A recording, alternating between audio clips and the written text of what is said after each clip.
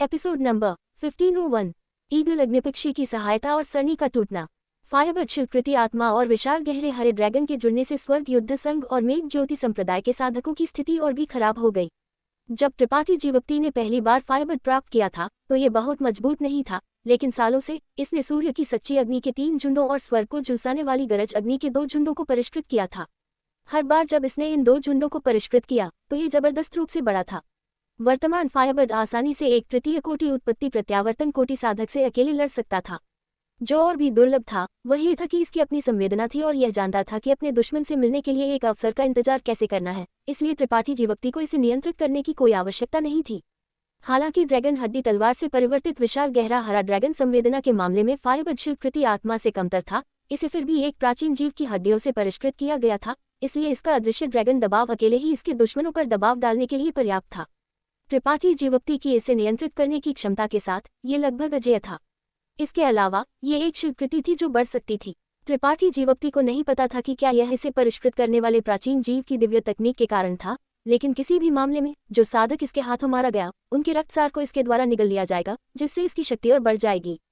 Firebird के मुंह से अग्निगोले और भयंकर लपटें थूकी गई क्योंकि इसने अपने पंख फड़फड़ाए, सभी दिशाओं में अनगिनत ज्वलंत ब्लेड भेजे।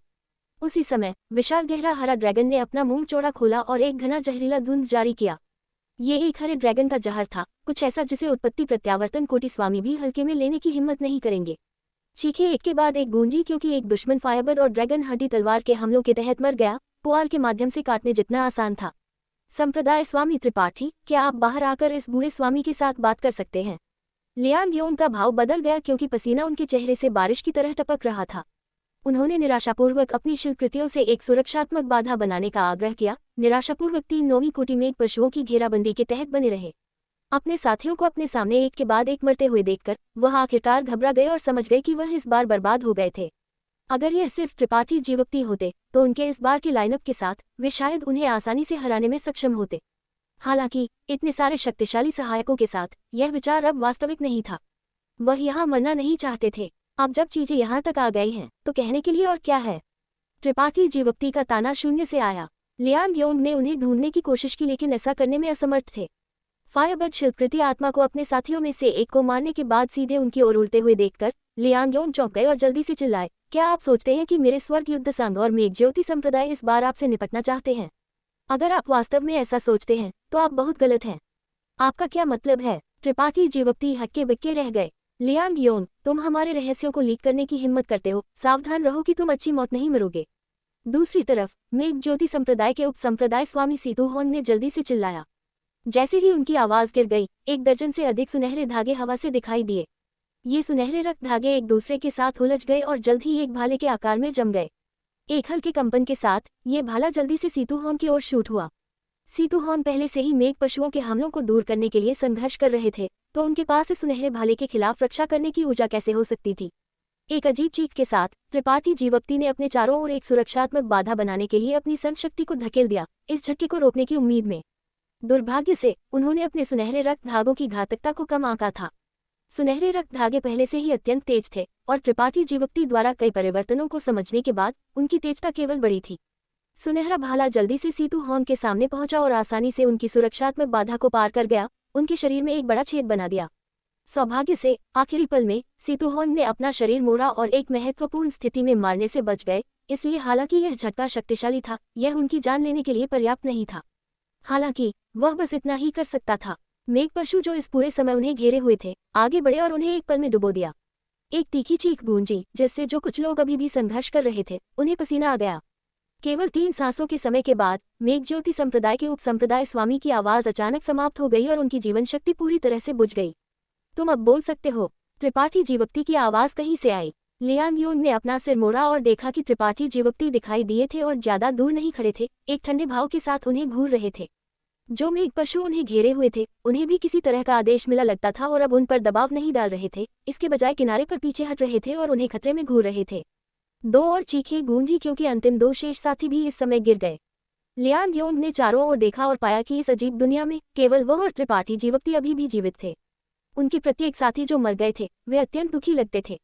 उन्होंने न केवल अपने भौतिक शरीर खो दिए थे, ऐसा लगता था जैसे उनके रक्तसार को किसी चीज ने निगल लिया था और उनकी आध्यात्मिक ऊर्जा का थोड़ा सा निशान भी नहीं बचा था। सबसे सच्चे अर्थों में उनकी आत्माएं पूरी तरह से बुझ गई थी। किसी को ये जानना था कि एक साधक जो उत्पत्ति प्रत्यावर्तन कोटि तक पहुंच गया था, वह अपनी मृत्यु के बाद अपने ज्ञान सागर से एक शक्तिशाली दिव्य चेतना जारी करेगा और दुनिया में विलय कर जाएगा। इस तरह का रिसाव बहुत तेज था और इसे आसानी से पता लगाया जा सकता था, लेकिन इस पल में लियांग योन कुछ भी पता नहीं लगा सकते थे। उन्हें नहीं पता था कि क्या हो रहा था। हालांकि उनके सामने का अजीब दृश्य जाहिर तौर पर उनके खून को ठंडा कर गया था। एक घूंट पानी निगलते हुए लियांग योन ने डर की एक भावना महसूस की जो उन्होंने लगभग 100 सालों में महसूस नहीं की थी। क्या तुम बोलने वाले हो या नहीं? त्रिपाठी जीवप्ती ने दबाव डाला। उनका भाव अधीर हो गया। चीजें जैसी हैं, इस बूढ़े स्वामी के पास स्वाभाविक रूप से छिपाने के लिए कुछ भी नहीं है। अगर संप्रदाय स्वामी त्रिपाठी जानना चाहते हैं तो ये बूढ़ा स्वामी आपको वह सब बताएगा जो वह जानता है। लियांग योंग ने एक गहरी सांस ली। उनका भाव शांत रहा, लेकिन वास्तव में केवल वह जानता था कि वह अपने दिल में किस पीड़ा को महसूस कर रहा था। तो मुझे बताओ, तुम्हारा अभी क्या मतलब था? त्रिपाठी जीवप्ती ने उन पर अपनी आंखें सक्रिय की। लियांग योंग कड़वाहट से मुस्कुराए। अगर यह बूढ़ा स्वामी बोलता है तो क्या संप्रदाय स्वामी त्रिपाठी इस बूढ़े स्वामी की जान बख्श सकते हैं? तुम क्या सोचते हो? त्रिपाठी जीवप्ती मुस्कुराए। लियांग योंग ने सिर हिलाया। चाहे मैं जीता हूं या मरता हूं, ये पूरी तरह से संप्रदाय स्वामी त्रिपाठी पर निर्भर करता है। चूंकि संप्रदाय स्वामी त्रिपाठी कुछ रहस्यों को जानना चाहते हैं, ये बूढ़ा स्वामी आपको बता सकता है, लेकिन अगर इसका कोई फायदा नहीं है तो कौन ऐसी चीज करेगा?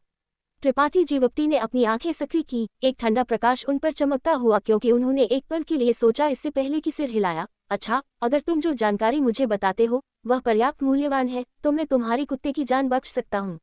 तुम बस आदेशों का पालन कर रहे हो। तुम्हारे और मेरे बीच कोई झगड़ा नहीं है, लेकिन अगर तुम बस समय बर्बाद कर रहे हो तो मैं सुनिश्चित करूंगा कि तुम मौत से भी बदतर नियत भुगतो। आश्वस्त रहे, ये बूढ़ा स्वामी निश्चित है कि संप्रदाय स्वामी त्रिपाठी इस जानकारी में बहुत रुचि रखेंगे, लेकिन क्या ये बूढ़ा स्वामी संप्रदाय स्वामी त्रिपाठी पर भरोसा कर सकता है? तुम्हारे पास कोई विकल्प नहीं है। त्रिपाठी जीवप्ती ने ठंड से सांस लिया इससे पहले कि एक कदम आगे बढ़ाए। जो मेघ पशु लियांग योंग के चारों ओर जुट गए थे, उन्होंने भी अपने गले से गर्जना जारी की। लड़ने के लिए उत्सुक लगते थे, जैसे कि वे केवल त्रिपाठी जीवप्ती के आदेश का इंतजार कर रहे थे कि वे अपने दुश्मन को टुकड़ों में फाड़ दें। लियांग योंग का चेहरा बदल गया क्योंकि उन्होंने जल्दी से अपना हाथ उठाया और कहा, अच्छा, छत के नीचे लोगों के पास सिर झुकाने के अलावा कोई विकल्प नहीं है, ये बूढ़ा स्वामी बोलेगा। लगता है तुम जानते हो कि तुम्हारे लिए क्या अच्छा है। त्रिपाठी जीवप्ती ने व्यंग्य किया। इस बार लियांग योंग ने भौहें सक्रिय की, जागरूकता से अपने शब्दों को चुनते हुए। इस बार हमारा स्वर्ग युद्ध संघ और मेघ ज्योति संप्रदाय बस आदेशों का पालन कर रहे थे। आदेशों का पालन? त्रिपाठी जीवप्ती चौंक गए। किसके आदेश? यह लियांग योंग झिझक गए। उनके चेहरे पर डर का एक संकेत चमका। भले ही ये बूढ़ा स्वामी यह नहीं कहता, संप्रदाय स्वामी त्रिपाठी की बुद्धिमत्ता के साथ अंदाजा लगाना मुश्किल नहीं होना चाहिए, है ना? त्रिपाठी जीवप्ती ने एक पल के लिए उन्हें संदेह में देखा, इससे पहले कि जल्दी से समझ गए। तुम्हारा मतलब तारामंडल सम्राट पर्वत है। वह अब एक संत कोटि साधक नहीं थे जो बस छायांकित सितारा पर आया था और इस साधना सितारा के बारे में कुछ नहीं जानता था। इतने सालों तक यहाँ रहने के बाद त्रिपाठी जीवप्ती स्वाभाविक रूप से स्वर्ग युद्ध संघ और मेघ ज्योति संप्रदाय के नाम जानते थे। इन दो महान शक्तियों का उनसे निपटने के लिए हाथ मिलाना तारामंडल सम्राट पर्वत के अलावा कोई और नहीं था।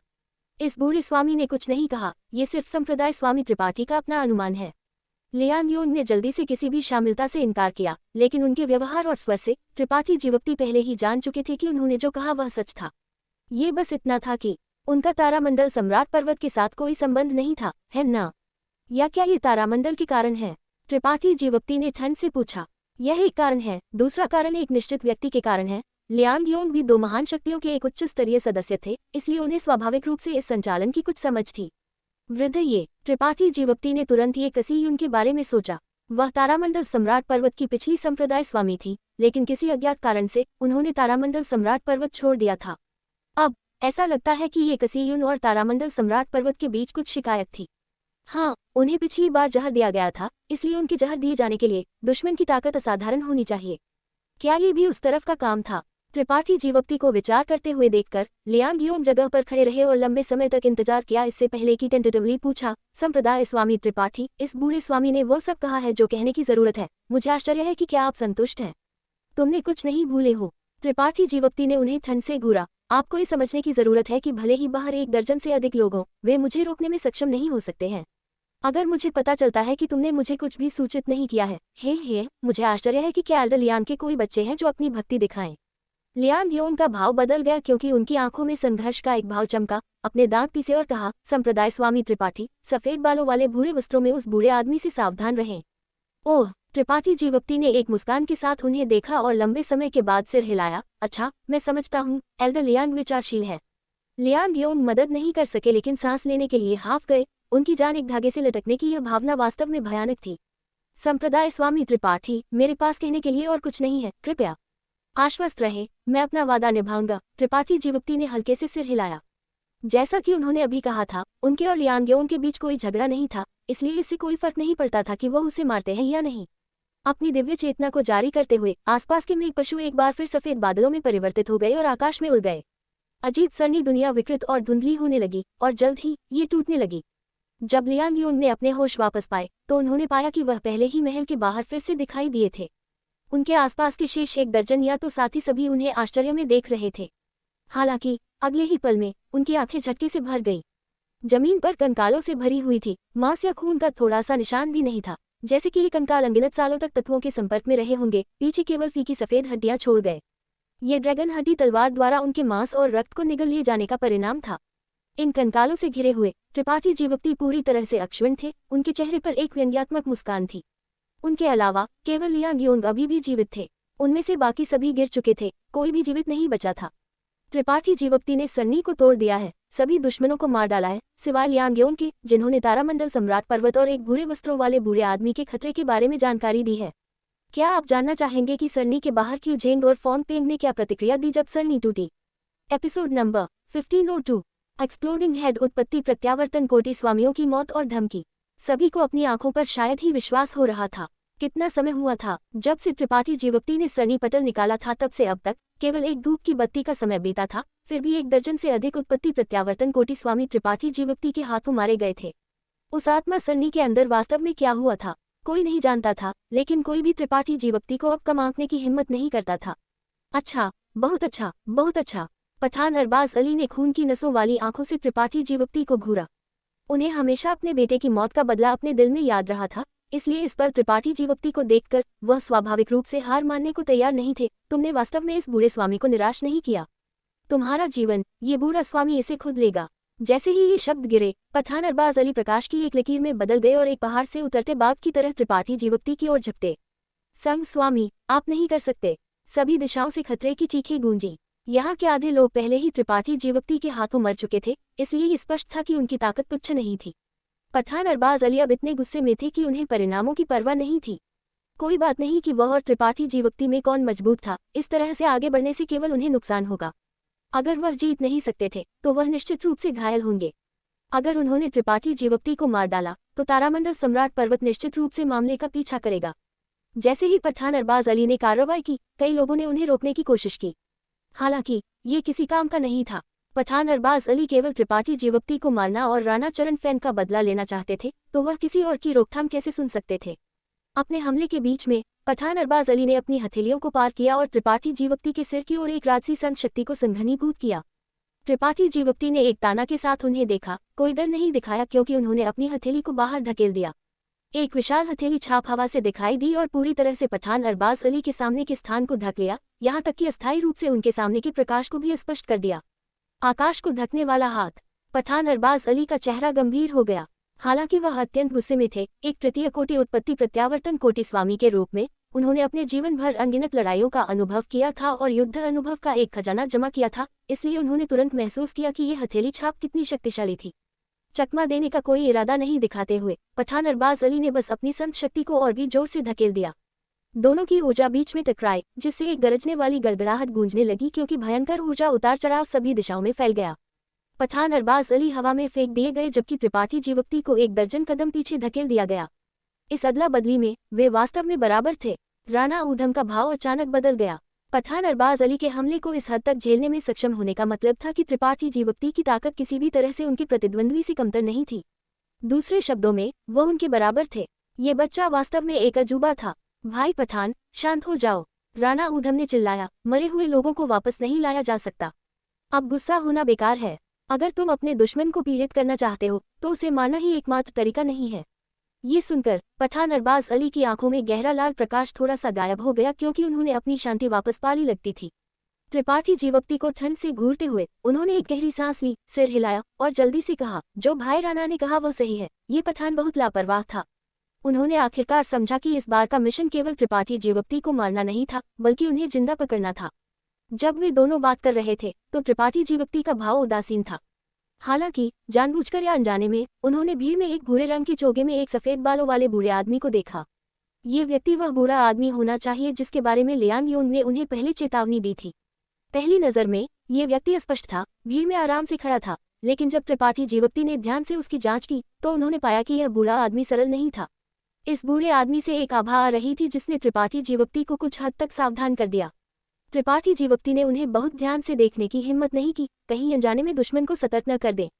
त्रिपाठी जीवप्ती को नहीं पता था कि इस बूढ़े आदमी के पास किस तरह की क्षमता थी जिसने उन्हें इतना सावधान कर दिया। हालांकि अगर उनका अनुमान सही था तो ये बूढ़ा आदमी तारामंडल सम्राट पर्वत से होना चाहिए।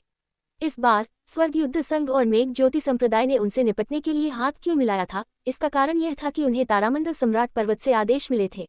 आदेश देने वाले के रूप में तारामंडल सम्राट पर्वत स्वाभाविक रूप से लोगों को उनके पीछे भेजेगा। इस बूढ़े आदमी का छिपाव उत्तम था, और अगर लियांग योन का अनुस्मारक नहीं होता तो त्रिपाठी जीवप्ती उन्हें देख नहीं पाते। पठान अरबाज अली और राणा ऊधम की चकाचौंध ने इस बूढ़े आदमी को पूरी तरह से ढक लिया था। संप्रदाय स्वामी त्रिपाठी वास्तव में एक युवा नायक है, ये बूढ़ा स्वामी आपकी बहुत प्रशंसा करता है। राणा ऊधम ने दूर से अपनी मुट्ठियां जोड़ी, उनकी आंखों की गहराइयों में अफसोस और गुस्से का एक निशान चमका। जिन लोगों को त्रिपाठी जीवप्ती ने अभी आत्मा सरणी में खींचा था और मार डाला था, उनमें से आधे उनके मेघ ज्योति संप्रदाय के थे, उनमें से कई तृतीय कोटि उत्पत्ति प्रत्यावर्तन कोटि स्वामी थे। उन्हें बिना किसी कारण के मरते हुए देखकर राणा ऊधम स्वाभाविक रूप से परेशान थे। इस लड़ाई के बाद हालांकि इससे कोई गंभीर नुकसान नहीं होगा, मेघ ज्योति संप्रदाय की ताकत निश्चित रूप से क्षतिग्रस्त होगी। इसके अलावा अगर यहाँ जो हुआ उसकी खबर फैल जाती तो मेघ ज्योति संप्रदाय की प्रतिष्ठा गिर जाएगी। क्या संप्रदाय स्वामी राणा सोचते हैं कि आप में से बाकी मुझे पकड़ सकते हैं? त्रिपाठी जीवप्ती मुस्कुराए और फीका पड़ता हुआ उन्हें देखा। हाँ, इस राणा ने सोचा था कि यह योजना पहले फूलप्रूफ थी, लेकिन संप्रदाय स्वामी त्रिपाठी के तरीकों को देखने के बाद ये राणा अब ऐसा सोचने की हिम्मत नहीं करता। राणा ऊधम ने धीरे धीरे सिर हिलाया, उनके चेहरे पर एक लाचार भाव था। चूंकि संप्रदाय स्वामी राणा ऐसा कह सकते हैं तो स्वाभाविक रूप से ये सबसे अच्छा है। त्रिपाठी जीवप्ती ने ठंड से सांस लिया। हालांकि इस राणा का संप्रदाय स्वामी त्रिपाठी के साथ दुश्मन बनने का कोई इरादा नहीं है। आपने इतने सारे लोगों को मार डाला है, मैं आपको बस इस तरह नहीं जाने दे सकता। संप्रदाय स्वामी त्रिपाठी, कृपया अधीर न हो और पहले इन दो दोस्तों से मिलें। दो दोस्त? त्रिपाठी जीवप्ती ने भौहें सक्रिय की और अचानक महसूस किया कि कुछ गड़बड़ है। उन्हें लाओ। राणा ऊधम ने तालियां बजाईं और एक आत्मसंतुष्ट भाव के साथ त्रिपाठी जीवप्ती को देखा। उनके आदेश का पालन करते हुए दो प्रकाश की लकीरें अचानक ज्यादा दूर नहीं दिखाई दी और जल्दी से उड़ गईं। प्रकाश की लकीरें विलय होने और अंदर की आकृतियों के प्रकट होने के बाद त्रिपाठी जीवप्ती की आंखें संकीर्ण हुए बिना नहीं रह सकी, क्योंकि उनका भाव उदासीन हो गया। प्रकाश की लकीरों में दो आकृतियां वास्तव में कियान टोंग और फेई जीतू थे जो उनके साथ आए थे। उन दोनों ने जाहिर तौर पर एक कठिन लड़ाई का अनुभव किया था और खून में ढके हुए थे, काफी परेशान लग रहे थे। इस पल में वे दोनों बहुत निराश लग रहे थे। कियान टोंग का बायां हाथ मुड़ा हुआ था और जाहिर तौर पर टूटा हुआ था, जबकि फेई जीतू के सीने और पेट में कई छोटे छेद थे जो किसी तरह की तलवार जैसे हथियार से लगाए गए थे और वर्तमान में खून बह रहा था। यहाँ पहुंचाए जाने पर वे दोनों केवल त्रिपाठी जीवप्ती पर लाचारी से मुस्कुरा सकते थे। उन्होंने उम्मीद नहीं की थी कि उनके खिलाफ यहाँ षड्यंत्र रचा जाएगा, और वह भी त्रिपाठी जीवप्ती से निपटने के लिए। चाहे वह कियान टोंग थे या फेई जीतू, उन दोनों ने पठान अरबाज अली और राणा ऊधम के साहस को कम आंका था। तार्किक रूप से बोलते हुए इन दोनों की स्थिति कम नहीं थी, इसलिए स्वर्ग युद्ध संघ और मेघ ज्योति संप्रदाय आसानी से उन्हें नाराज नहीं करेंगे। लेकिन इस बार तारामंडल सम्राट पर्वत के दूत के मौजूद होने के साथ पठान अरबाज अली और राणा ऊधम को छाया चंद्रमा मंडप के बारे में क्या संकोच हो सकता था? हमें घात लगाकर पकड़ा गया, कियान टोंग ने अपने होंठ भींच लिए और सूखे से कहा। हालांकि उन्हें घात लगाकर पकड़ा गया था, विजेता राजा था जबकि हारने वाला गलत था, इसलिए उनका भाव इस पल काफी बदसूरत था। अगर ऐसा नहीं होता तो उनकी और फेई जीतू की ताकत के साथ उन्हें जिंदा कैसे पकड़ा जा सकता था? भले ही वे जीत नहीं सकते थे, क्या वे भाग नहीं सकते थे? वे दोनों तृतीय कोटि उत्पत्ति प्रत्यावर्तन कोटि स्वामी थे, लेकिन ये ठीक इसी कारण से था कि उन्हें अनदेखा करके पकड़ा गया था कि वे एक प्रतिकूल स्थिति में गिर गए, जिससे उनके लिए भागना असंभव हो गया। इससे भी अधिक, इन दोनों से निपटने के लिए स्वर्ग युद्ध संघ और मेघ ज्योति संप्रदाय ने 5 या 6 लोगों को भेजा था, इसलिए परिणाम स्पष्ट था। मैं वह देख सकता हूँ। त्रिपाठी जीवप्ती ने धीरे से सिर हिलाया। क्या आप दोनों ठीक हैं? सौभाग्य से हम फिलहाल मरेंगे नहीं, लेकिन किसी ने हम पर एक मुहर लगा दी है ताकि हम अपनी संत शक्ति का संचलन नहीं कर सके। फेई जीतू मुस्कुराए, अच्छी स्थिति में लगते थे। यह अच्छा है। त्रिपाठी जीवप्ती ने एक गहरी सांस ली इससे पहले कि अपना सिर मोड़ा और राणा ऊधम पर आंखें संकीर्ण की, फुसफुसाते हुए, संप्रदाय स्वामी राणा, इसका क्या मतलब है? ये कुछ नहीं है, राणा ऊधम हंसते हुए बोले। उनका भाव मिलनसार था। मैंने बस सुना था कि संप्रदाय स्वामी त्रिपाठी कुछ विशेष शक्ति में कुशल है, इसलिए मैंने सावधानी बरती, लेकिन मैंने उम्मीद नहीं की थी कि ये वास्तव में काम आएगा। संप्रदाय स्वामी त्रिपाठी का एल्डर कियान और सिटी लॉर्ड फेई के साथ अच्छा संबंध लगता है ना? मुझे आश्चर्य है कि क्या वह उनके खातिर आत्मसमर्पण करेंगे। आप चाहते हैं कि मैं आत्मसमर्पण करूं? त्रिपाठी जीवप्ती ने व्यंग्य किया। क्या संप्रदाय स्वामी राणा अभी भी सपना देख रहे हैं? अगर यह मामला फैल जाता तो दुनिया आपके मेघ ज्योति संप्रदाय और स्वर्ग युद्ध संघ के बारे में क्या सोचेगी? राणा ऊधम ने धीरे से सिर हिलाया। दुनिया क्या सोचती है, इससे कोई फर्क नहीं पड़ता। कुंजी संप्रदाय स्वामी त्रिपाठी का चुनाव है। संप्रदाय स्वामी त्रिपाठी, आपने हमारे बहुत से लोगों को मार डाला है, तो हम आज यहाँ क्यों नहीं रुकते? जब तक आप विरोध नहीं करते, ये बूढ़ा स्वामी निश्चित रूप से एल्डर कियान और सिटी लॉर्ड फेई को नुकसान नहीं पहुंचाएगा। यहाँ हर कोई छायांकित सितारा पर एक सम्मानित आंकड़ा है, इसलिए यह बूढ़ा स्वामी सौहार्द के सभी बहाने बहाना नहीं चाहता, अन्यथा भविष्य में फिर से मिलना मुश्किल होगा। क्या ये सही नहीं है? उन्होंने त्रिपाठी जीवप्ती को कुछ महत्वपूर्ण छोड़ने के लिए समझाने की कोशिश की। और अगर मैं न कहूँ? हाँ, राणा ऊधम हंसे। एक पल के लिए सोचा इससे पहले कि कहा। लगता है संप्रदाय स्वामी त्रिपाठी अभी भी इस मामले की गंभीरता को नहीं समझ पाए हैं। अगर वह नहीं समझते तो ये बूढ़ा स्वामी उन्हें समझाएगा। पठान अरबाज अली अचानक किनारे से बोले। ऐसा कहते हुए उनकी आकृति झिलमिलाहट हुई और वह तुरंत फेई जीतू के सामने दिखाई दिए। फेई जीतू की स्तब्ध नजर के तहत पठान अरबाज अली ने पहुंचकर अपनी हथेली में एक छोटी भाला जैसी शिल्पकृति को बुलाया। बिना किसी झिझक के पठान अरबाज अली ने इस छोटी भाला जैसी शिल्पकृति को फेई जीतू के सीने में घुसा दिया। एक ऊंची आवाज के साथ खून बाहर फैल गया। फेई जीतू का शरीर छेद दिया गया। छोटी भाला उनके सीने और पेट से बाहर आया। भाला खून से लाल रंगा हुआ था। वृद्ध फेई कियान टोंग चौंक गए। कभी उम्मीद नहीं की थी कि पठान अरबाज अली इतने निर्णायक और निर्दयी होंगे। खांस फेई जीतू ने हिंसक रूप से खांसा और पठान अरबाज अली की ओर एक खून का धुंध थूका, लेकिन बाद वाले ने चकमा देने की कोशिश भी नहीं की। इस खून के धुंध को अपने शरीर को दागदार करने दिया। उनका पहले से ही भयंकर चेहरा और भी अधिक विक्षिप्त हो गया। त्रिपाठी जीवप्ती ने अपनी आंखें संकीर्ण की। उनकी दिव्य चेतना की जांच के तहत, हालांकि अभी का झटका सीधे फेई जीतू की जान नहीं ले पाया था, फिर भी ये उनके दिल को छू गया था। अगर यह थोड़ा सा भी ऑफ होता तो फेई जीतू तुरंत मर जाते। इस तरह का एक गंभीर छेदन घाव ठीक करना आसान नहीं था, यहाँ तक कि एक तृतीय कोटि उत्पत्ति प्रत्यावर्तन कोटि साधक के लिए भी। हाँ, संघ स्वामी पठान ने अभी अपने बेटे को खो देने का दर्द अनुभव किया है, इसलिए इस बूढ़े स्वामी को उन्हें शांत करने के लिए थोड़ी देर के लिए समझाना पड़ा। संप्रदाय स्वामी त्रिपाठी, मुझे लगता है कि आपके लिए इस समय उन्हें उकसाना सबसे अच्छा नहीं है, राणा ऊधम ने शांति से कहा। राणा ऊधम ने आराम से उन्हें याद दिलाया। वास्तव में आप नहीं चाहते कि एल्डर कियान और सिटी लॉर्ड फेई आपके कारण यहाँ मरे, है ना? चाहे वे जीते हैं या मरते हैं, यह आप पर निर्भर करता है। त्रिपाठी जीवप्ती, मैं तुम्हें ध्यान से सोचने के लिए 10 सांस का समय दूंगा। अगर तुम इस संघ स्वामी को संतुष्ट नहीं कर सकते तो मैं उन्हें तुरंत मार डालूंगा। पठान अरबाज अली गरजे। कियान टोंग और फेई जीतू नाराज लग रहे थे। त्रिपाठी जीवप्ती को धमकी देने के लिए एक सौदेबाजी चिप के रूप में इस्तेमाल होना उन्हें असहज महसूस करा रहा था, लेकिन दुर्भाग्य से उनके शरीरों पर मोहर लगने के साथ वे अपनी संघ शक्ति का संचालन नहीं कर सकते थे और त्रिपाठी जीवप्ती की बिल्कुल भी मदद नहीं कर सकते थे।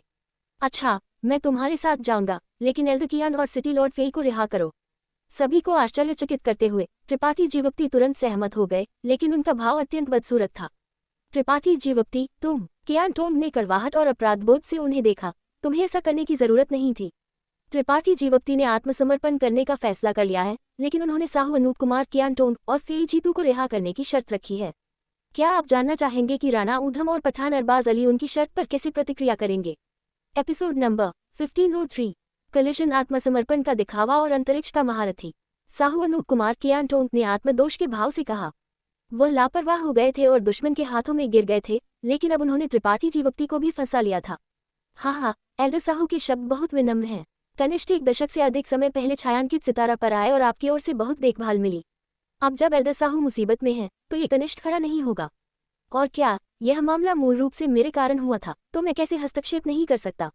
त्रिपाठी जीवप्ती शानदार ढंग से मुस्कुराए। अच्छा।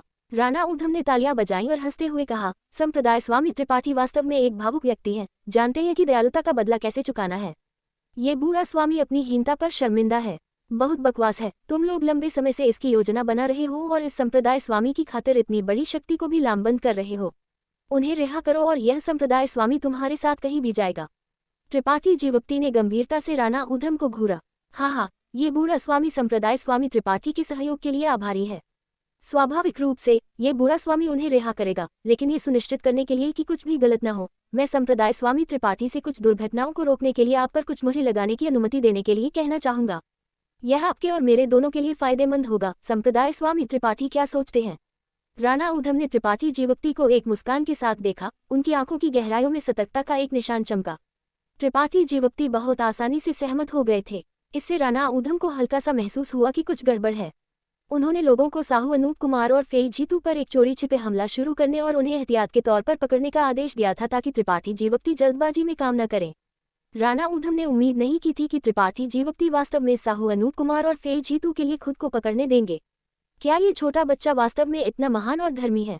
राणा ऊधम कुछ हद तक संदिग्ध थे। अगर वह होते तो वह कभी ऐसा नहीं करते। खुद की रक्षा करना सबसे महत्वपूर्ण चीज थी, दूसरों के जीवन का क्या महत्व था? तो जब तक त्रिपाठी जीवक्ति पर एक मुहर नहीं लगाई गई तब तक राणा ऊधम आराम नहीं कर सकते थे। कोई समस्या नहीं, त्रिपाठी जीवक्ति पहले की तरह सीधे थे। संप्रदाय स्वामी राणा, बस अपना सर्वश्रेष्ठ दे।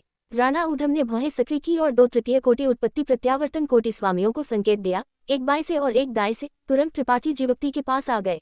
वे दोनों स्पष्ट रूप से सतर्क थे कि कहीं त्रिपाठी जीवक्ति अचानक अपना मन न बदल दे, लेकिन उनके त्रिपाठी जीवक्ति के 1 मीटर के भीतर पहुंचने के बाद भी त्रिपाठी जीवक्ति अभी भी नहीं हिले और इसके बजाय बस व्यंग्य से उन्हें वापस घूरते रहे।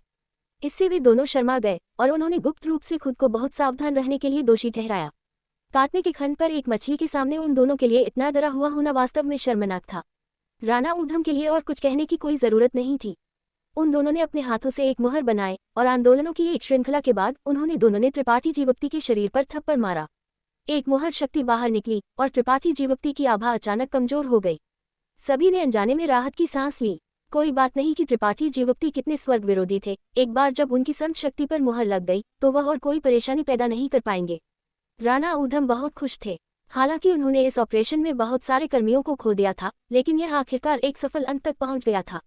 लेकिन उसी पल एक अचानक बदलाव हुआ। एक झुलसाने वाली गर्म शक्ति अचानक त्रिपाठी जीवक्ति की स्थिति से फूट पड़ी और अगले ही पल में गहरे दानवी ज्वालाओं का एक समूह त्रिपाठी जीवक्ति के शरीर के चारों ओर लिपटा, जिससे वह एक जलते हुए काले अग्निगोले की तरह दिखने लगे। त्रिपाठी जीवक्ति की आभा, जो पहले ही बुझ चुकी थी, अचानक अपने चरम पर पहुंच गई। असंभव! दोनों स्वामी जिन्होंने पहले त्रिपाठी जीवक्ति पर मुहर लगाई थी, चौंक कर चिल्लाए। उनकी आंखें बाहर निकल गईं। उन्होंने स्पष्ट रूप से हमला करते समय पीछे नहीं हटे थे और यहाँ तक कि उसी क्षेत्र में एक साधक भी कम समय में अपने शरीर पर मुहर को तोड़ नहीं पाएगा। त्रिपाठी जीवक्ति के शरीर में संत शक्ति कितनी शक्तिशाली थी। उन्होंने जो मुहर लगाई थी उसका कोई असर नहीं हुआ। वे दोनों भयभीत थे और जल्दी से पीछे हट गए, कहीं त्रिपाठी जीवक्ति उन्हें न मार दे। हालांकि त्रिपाठी जीवक्ति ने उन पर हमला करने का कोई इरादा नहीं दिखाया। इसके बजाय उनकी आकृति थोड़ी सी झिलमिलाहट हुई, जैसे कि वह जाने वाले थे। तुम ही एकमात्र नहीं हो जो अंतरिक्ष के दांव में कुशल है। इस बूढ़े स्वामी ने तुम्हारे इस तरह कार्य करने की उम्मीद की थी। इस बूढ़े स्वामी के लिए यहाँ रुको। एक गुस्से की गर्जना गूंजी, क्योंकि स्वर्ग युद्ध संघ के महान एल्डर मो शियाओ शेन की आकृति अजीब रूप से त्रिपाठी जीवक्ति के बगल में दिखाई दी। उनके शरीर से एक अजीब शक्ति उतार चढ़ाव धड़कता हुआ और त्रिपाठी जीवक्ति को धकते हुए। अंतरिक्ष शक्ति। जब सभी आराम कर रहे थे, मो शियाओ शेन अभी भी त्रिपाठी जीवक्ति के आंदोलनों पर करीबी ध्यान दे रहे थे। यही कारण था कि वह इतनी जल्दी प्रतिक्रिया करने में सक्षम थे। उन्हें त्रिपाठी जीवक्ति को रोकने का पूरा भरोसा था। हालांकि उन्हें यह भी पता था कि त्रिपाठी जीवक्ति अंतरिक्ष के दांव की खेती करते हैं। इस क्षेत्र में उनकी उपलब्धियां अनगिनत सालों से चांदी में डूबी हुई थीं, इसलिए उन्हें भरोसा था कि वह एक छोटे बच्चे से नहीं हारेंगे। उनके गर्व का उल्लंघन नहीं किया जा सकता था। वह सबूत देना चाहते थे कि इस क्षेत्र में नंबर 1 स्वामी कौन था। अंतरिक्ष शक्ति उमड़ पड़ी और त्रिपाठी जीवक्ति के चारों ओर के अंतरिक्ष को उड़ा दिया। अदृश्य हथकड़ी बनाई जिसने त्रिपाठी जीवक्ति के शरीर को बांध दिया और उनकी लगभग गायब हो रही आकृति एक बार फिर जम गई। मो शियाओ शेन गर्व से मुस्कुराए, लेकिन अगले ही पल में उनकी मुस्कान उनके चेहरे पर कठोर हो गई और उनके चेहरे पर एक हक्का बक्का भाव दिखाई दिया। एक विशेषज्ञ के सामने दिखावा करने की कोशिश कर रहा है। त्रिपाठी जीवक्ति ने ठंड से सांस लिया। उनकी आवाज गिरते ही उनकी आकृति गायब हो गई। ये कैसे हो सकता है? मो शियाओ शेन खाली जगह पर खड़े थे। उन्हें यह भी नहीं पता था कि त्रिपाठी जीवक्ति ने अंतरिक्ष की अपनी नाकेबंदी को कैसे तोड़ा और छोड़ दिया। उनके दिमाग में एक चौंकाने वाला विचार अचानक दिखाई दिया, जिससे वह लगभग सोचने की क्षमता खो बैठे। क्या इस छोटे बच्चे की अंतरिक्ष के दांव की समझ उनकी अपनी से भी बेहतर हो सकती है? शक्ति का एक भयानक उतार चढ़ाव फैल गया, क्योंकि एक छोटा काला तीर अचानक हवा से दिखाई दिया। पठान अरबाज अली की ओर बिजली के एक बोल्ट की तरह शूट होने से पहले थोड़ा सा कांपता हुआ। कोई भी इस छोटे तीर में समाहित भयानक शक्ति को कम आंकने की हिम्मत नहीं करता था। और क्या, स्वर्ग युद्ध संघ की द्वितीय कोटि उत्पत्ति प्रत्यावर्तन कोटि मध्यम आयु की महिला इस हमले के तहत दुखद रूप से मर गई थी, बिल्कुल भी लड़ने में असमर्थ थी। पठान अरबाज अली इस छोटे तीर की शक्ति से अच्छी तरह से वाकिफ थे। अपनी जल्दबाजी में पठान अरबाज अली ने इसे सामने से मिलने की हिम्मत नहीं की और जल्दी से इससे बचने के लिए अपनी आंदोलन कौशल का इस्तेमाल किया। शिव, छोटा काला तीर उनके शरीर से गुजर गया और बाहर उड़ गया, जबकि ज्यादा दूर नहीं एक और उत्पत्ति प्रत्यावर्तन कोटि स्वामी क्रॉसफायर में पकड़ा गया और इस छोटे तीर से तुरंत सीने में छेद दिया गया, तुरंत मर गया। वह कहाँ है? राणा ऊधम ने गुस्से से चिल्लाया, क्योंकि उन्होंने बिना किसी आरक्षण के अपनी दिव्य चेतना जारी की। जल्द ही उन्होंने त्रिपाठी जीवप्ती के ठिकाने का पता लगाया। कुछ समय पर वह साहू अनूप कुमार और फेई जीतू की ओर दौड़ पड़े थे और अत्यंत तेज गति से उनके पास पहुंच रहे थे। अभी का छोटा तीर केवल पठान अरबाज अली को छोड़ने के लिए मजबूर करने के लिए था। त्रिपाठी जीवप्ती का अंतिम लक्ष्य साहू अनूप कुमार और फेई जीतू को बचाना था। ये बुरा है। राणा ऊधम का चेहरा डूब गया, क्योंकि उन्होंने चिल्लाया, उसे रोको। जो मेरे रास्ते में खड़े होंगे वे मरेंगे। त्रिपाठी जीवप्ती गरजे, क्योंकि उन्होंने अपने हाथ उठाए और साहू अनूप कुमार और फेई जीतू को पहचाने वाले दो दुश्मनों की ओर काले ब्लेड जैसे हमलों की एक श्रृंखला भेजी। जब दोनों पुरुषों ने त्रिपाठी जीवप्ती की गति को एक पहाड़ से उतरते बाघ की तरह बढ़ते हुए देखा तो वे मदद नहीं कर सके, लेकिन भयभीत महसूस करते थे और उससे बचने के लिए चाहते थे। लेकिन राणा ऊधम के आदेश के साथ उनके पास अपनी शिल्पकृतियों को बुलाने के अलावा कोई विकल्प नहीं था। एक सुनहरा प्रकाश खिल गया, लेकिन इससे पहले कि वे दोनों प्रतिक्रिया करने का समय पाते, उन्होंने अचानक पाया कि त्रिपाठी जीवप्ती की बाएं आंख एक सुनहरे हिलों में ढकी हुई थी, जिसमें एक राजसी सुनहरी पुतली थी। इस सुनहरे प्रकाश के अंदर एक फीकी 5 रंगों की चमक भी थी। ये सुनहरा प्रकाश और 5 रंगों की चमक में एक रहस्यमय शक्ति समाहित लगती थी, जिसने उन दोनों को ऐसा महसूस कराया जैसे उनकी आत्माएं एक अंतहीन रसातल में खींची जा रही हैं, जिससे वे अनियंत्रित रूप से कांपने लगे, हिलने या बोलने में असमर्थ थे। विनाश की दानव आंख महान दानव भगवान की जन्मजात दिव्य तकनीक थी, और त्रिपाठी जीवप्ती द्वारा परिष्कृत और रंगीन कांच मनका के साथ विलय होने के बाद जो दया युवान ने उन्हें दिया था, वर्तमान विनाश की दानव आंख रंगीन कांच दिव्य प्रकाश के साथ पहले से कहीं अधिक शक्तिशाली थी। विनाश की दानव आंख में किसी की आत्मा को रोकने का प्रभाव था, जबकि रंगीन कांच दिव्य प्रकाश में किसी की आत्मा को बांधने की शक्ति थी। हालांकि उन दोनों के लिए इस तरह का रोकथाम और बंधन केवल कम समय के लिए तोड़ा जा सकता था, ये पर्याप्त से अधिक था। काले अंतरिक्ष ब्लेड उन दोनों से सटीकता और चुपचाप गुजर गए। उनके शरीरों पर अर्धचंद्राकार छेद दिखाई दिए। उनका मांस, रक्त, हड्डियां, 5 विस्केरा और 6 अंग सभी शून्य में निर्वासित थे। सब कुछ पलक झपकते ही हुआ। त्रिपाठी जीवप्ती द्वारा पठान अरबाज अली को पीछे हटने के लिए मजबूर करने के लिए पंख आत्मा तीर का उपयोग करने के क्षण से साहू अनूप कुमार और फेई जीतू को पहचाने वाले 2 लोगों को मारने के लिए अपने अंतरिक्ष ब्लेड का उपयोग करने के क्षण तक ये सब पलक झपकते ही हुआ। अगले ही पल में त्रिपाठी जीवप्ती साहू अनूप कुमार और फेई जीतू के सामने पहुंच गए थे। उनमें से प्रत्येक को एक हाथ से पकड़ लिया और इस जगह को छोड़ने का इरादा रखते हुए अपनी अंतरिक्ष शक्ति को फिर से धकेल दिया। लेकिन उसी पल एक गुस्से की चीख गूंजी।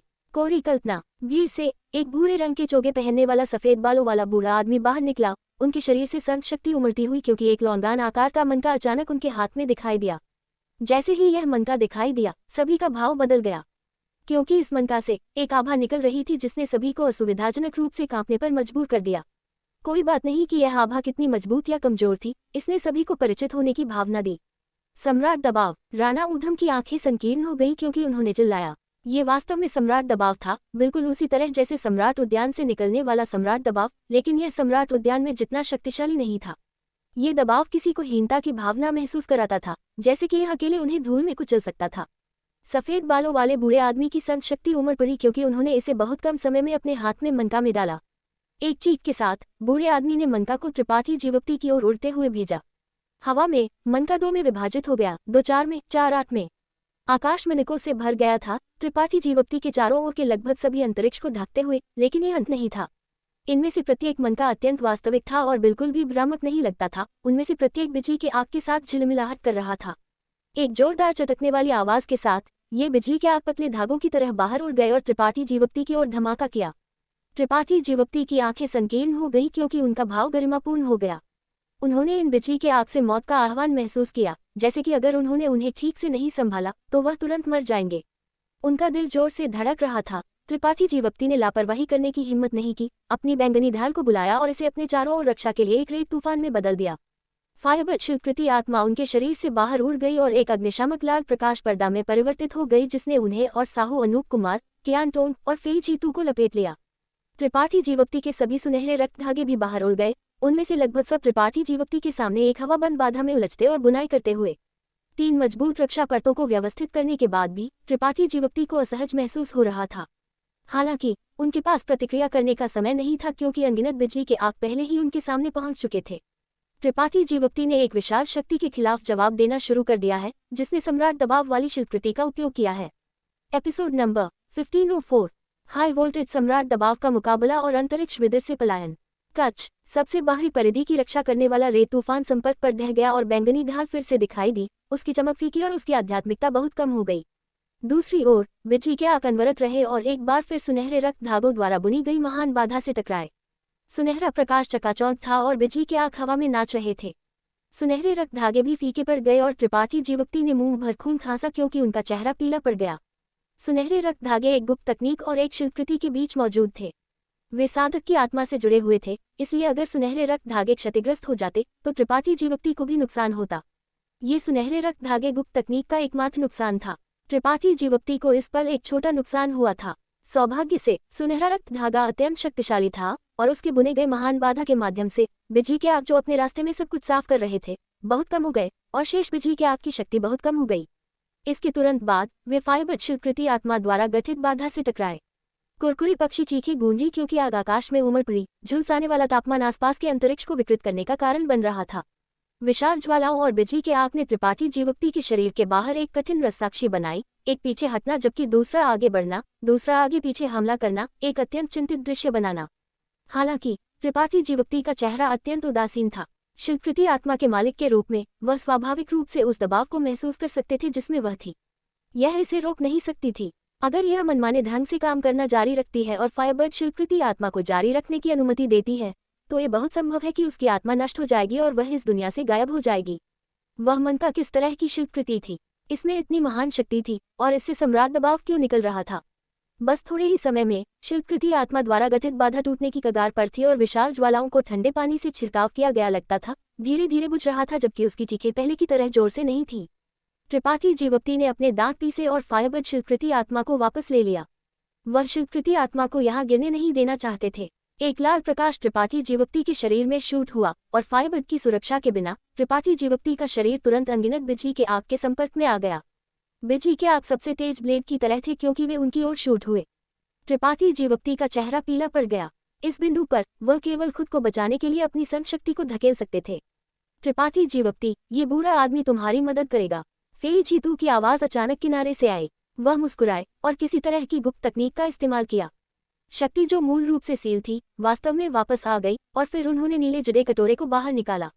एक फीका नीला प्रकाश भिक्षापात्र से चांदनी की तरह तेज धाराओं में बाहर निकला। ये सामने को अवरुद्ध करते हुए घने और ठोस अस्तित्व के एक समूह में बदल गया।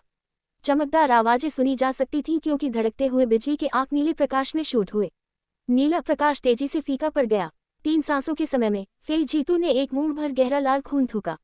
उनका चेहरा कागज की तरह पीला था और उनकी आभा अत्यंत कमजोर थी। नीला जड़ा कटोरा जिस पर उन्होंने सबसे अधिक भरोसा किया था उसने भी एक स्पष्ट आवाज निकाली क्योंकि उस पर कई छोटी दरारें दिखाई दी। तुरंत वह ढह गया और पूरे फर्श पर बिखर गया। इस शक्तिशाली उत्पत्ति कोटि उच्च रैंक शिल्पकृति को एकल मुठभेड़ में बिजली के आग द्वारा नष्ट कर दिया गया। इससे फेई जीतू के लिए चीजें और भी बदतर हो गईं। वृद्ध फेई साहू अनूप कुमार कियानटोंग का चेहरा पूरी तरह से बदल गया क्योंकि उन्होंने घबराकर उनकी ओर देखा। फेई जीतू ने धीरे धीरे सिर हिलाया। बोलने की भी शक्ति नहीं थी। जब उन्हें पकड़ा गया था तब वह पहले ही गंभीर चोटें सहन कर चुके थे और फिर उनके शरीर को पठान अरबाज अली के छोटे भाले से छेद दिया गया था। अब जब शिल्पकृति जो उनकी आत्मा से जुड़ी हुई थी नष्ट हो गई थी तो कहा जा सकता है कि वह तेल के बिना तेल के दीपक की तरह थे। हालांकि उनके प्रयास व्यर्थ नहीं गए थे। नीले जड़े कटोरे द्वारा अवरुद्ध होने के बाद बिजली के आग पहले से कहीं अधिक कमजोर थे। हालांकि वे अभी भी शक्तिशाली थे। त्रिपाठी जीवोक्ति को अब कोई घातक खतरा महसूस नहीं हुआ। शिव शिव शिव उछलते हुए बिजली के आग स्टील की सुइयों की तरह त्रिपाठी जीवोक्ति के शरीर में घुस गए जिससे उनके शरीर पर अनगिनत छोटे छेद दिखाई दिए और खून स्वतंत्र रूप से बहने लगा। त्रिपाठी जीवोक्ति ने एक गहरी सांस ली और अपनी संत शक्ति को धकेला साहू अनूप कुमार और फेई जीतू को लपेटते हुए क्योंकि उन्होंने एक उदासीन भाव के साथ नीचे घूरा। सभी की पलकें जंगली रूप से झपक गईं क्योंकि उन्होंने खुद से पूछा कि क्या वे इतने हिंसक हमले से बचने में सक्षम होंगे, लेकिन त्रिपाठी जीवोक्ति ने ऐसा किया था। हालांकि फेई जीतू ने निराशापूर्वक उनकी मदद करने की कोशिश की थी। शेष हमलों को सामने से लेने के बाद उनकी आभा बिल्कुल भी कमजोर नहीं हुई थी और इसके बजाय और भी पागल हो गई थी। क्या वह अभी भी इंसान थे? क्या वह वास्तव में केवल एक प्रथम कोटि उत्पत्ति प्रत्यावर्तन कोटि वाले थे? राणा उधम और पठान अरबाज अली के चेहरे सुस्त थे जबकि सफेद बालों वाले बूढ़े आदमी का चेहरा भय से भरा हुआ था। त्रिपाठी जीवप्ती, इस जगह को पहले छोड़ दो, वृद्ध फे साहू अनूप कुमार ने घबराकर चिल्लाया। त्रिपाठी जीवप्ती की पागल आभा अचानक स्थिर हो गई क्योंकि उन्होंने अपनी शांति वापस पा ली लगती थी। धीरे से सिर हिलाते हुए त्रिपाठी जीवप्ती ने अपनी जीभ की नोक को काटा और अपने मुंह से सुनहरे रक्त की एक बूंद थूकी। रक्त की यह बूंद थोड़ी सी झिलमिलाहट हुई इससे पहले कि शून्य में गायब हो जाए। तुरंत त्रिपाठी जीवप्ती के सामने एक अजीब ऊर्जा उतार चढ़ाव दिखाई दिया और उनके सामने अचानक एक छोटी दरार दिखाई दी। पहले दरार इतनी छोटी थी कि ये लगभग अज्ञात थी, हालांकि ये तेजी से विस्तारित हुआ जैसे कि दो अदृश्य हाथ इसे बाएं और दाएं फाड़ रहे थे। इस दरार के अंदर अंधेरा, अव्यवस्था और खाली था, जैसे कि यह सब कुछ निगल सकता था। असंभव। मो शियाओशेन की आंखें हिंसक रूप से कांप गईं क्योंकि उन्होंने चिल्लाया, असंभव, ये बिल्कुल असंभव है, यह एक शून्य दरार नहीं हो सकती। क्या? राणा ऊधम चौंक गए। एक शून्य दरार? वह हक्का बक्का था। पठान अरबाज अली भी हक्का बक्का थे। सभी हक्का बक्का थे क्योंकि उन्होंने अंतरिक्ष में दरार को घूरा, लगभग अपनी आंखों पर विश्वास करने में असमर्थ थे। अपनी दिव्य चेतना से जांच करते हुए उनमें से कोई भी कुछ भी नहीं ढूंढ पाया। केवल त्रिपाठी जीवप्ती दरार के सामने गर्व से खड़े थे। साहू अनूप कुमार और फे जीतू की रक्षा करते हुए उनकी ठंडी आंखें उन पर झपटी क्योंकि उन्होंने दुष्टतापूर्वक घोषणा की, ये संप्रदाय स्वामी आज जो हुआ वह याद रखेगा और भविष्य में इसे 100 गुना चुकाएगा। उनकी ठंडी आवाज नौ पाताल शुद्धिस्थान से बहने वाली ठंडी हवा की तरह थी, जिससे हर कोई सिर से पैर तक कांप उठा। जैसे ही उनकी आवाज गिरी, त्रिपाठी जीवप्ती की आकृति झिलमिलाहट हुई और वह शून्य में गोता लगा गए। उसे रोको! सफेद बालों वाला बूढ़ा आदमी अपने सदमे से ठीक होने वाला पहला व्यक्ति था और गरजा। लेकिन इस समय त्रिपाठी जीवप्ती का कोई निशान नहीं था। सभी ने सहज रूप से अपने हमले भेजे, लेकिन जब वे शून्य में दाखिल हुए तो यह समुद्र में डूबने वाले एक पत्थर की तरह था, थोड़ा सा लहर भी पैदा नहीं कर रहा था। एक सांस के समय के बाद शून्य दरार स्वचालित रूप से बंद हो गई और गायब हो गई। सभी के चेहरे पीले पड़ गए क्योंकि उनके भाव बदल गए। यह असंभव है, ये बिल्कुल असंभव है। शांत महल के सामने केवल मो शियाओशेन की बड़बड़ाहट गूंजी। जिस क्षेत्र में वह सबसे अधिक गर्व करते थे, उसमें हमला होने पर मो शियाओशेन का गर्व टुकड़ों में फट गया। पठान अरबाज अली और राणा ऊधम ने एक दूसरे को देखा और एक दूसरे की आंखों में डर और परेशानी देखी। पठान अरबाज अली ने अपना सिर मोड़कर मो शियाओशेन को देखा और जल्दी से पूछा, महान एल्डर, क्या आप निश्चित हैं कि वह एक शून्य दरार थी? हाँ, मो शियाओशेन की आंखें मंद हो गई क्योंकि वह दुखद रूप से मुस्कुराए और जवाब दिया, ये बूढ़ा स्वामी आशा करता है कि वह गलत थे, लेकिन वह चीज केवल एक शून्य दरार हो सकती है। वह वास्तव में अंतरिक्ष को फाड़ सकते हैं। इतनी कम उम्र में उन्होंने वास्तव में अंतरिक्ष के दांव की इस हद तक खेती की है। ये खत्म हो गया है, यह अब सब खत्म हो गया है। छायांकित सितारा पर मुझे डर है कि कोई भी उसे रोक नहीं सकता। अगर वह जाना चाहता है तो कोई भी उसे रोक नहीं सकता। वह बस हमसे पहले खेल रहा था, कोई भी उसे रोक नहीं सकता। पठान अरबाज अली का भाव बदसूरत हो गया। मो शियाओशेन ने निराशा के भाव के साथ धीरे धीरे सिर हिलाया। संग स्वामी, आप नहीं समझते कि अंतरिक्ष के दांव की खेती करने वाले किसी व्यक्ति से निपटना कितना मुश्किल है, लेकिन ये बूढ़ा स्वामी समझता है। अगर हम उसे इस बार नहीं मार सकते तो भविष्य में हमारे पास एक और मौका नहीं होगा। पठान अरबाज अली की भौं गहरी से झुकी हुई थी। अपने जाने से पहले त्रिपाठी जीवप्ती की धमकी को याद करते हुए पठान अरबाज अली का दिल भी धड़कना शुरू हो गया। हाई स्काई संप्रदाय अब लियानयान रेगिस्तान के अंदर गहरा था, जहां कोई भी आक्रमण नहीं कर सकता था, और त्रिपाठी जीवप्ती खुद इतने मुश्किल थे कि वह अंतरिक्ष को फाड़कर भाग भी सकते थे। इस बार उन्हें नाराज करते हुए पठान अरबाज अली को डर था कि उनके दिन भविष्य में शांतिपूर्ण नहीं होंगे। वृद्ध भाई और भैया, आप देखते हैं। राणा ऊधम, जो इस पूरे समय चुप थे, एक खोजी भाव के साथ भूरे रंग के चोगे में सफेद बालों वाले बूढ़े आदमी की ओर मुड़ गए।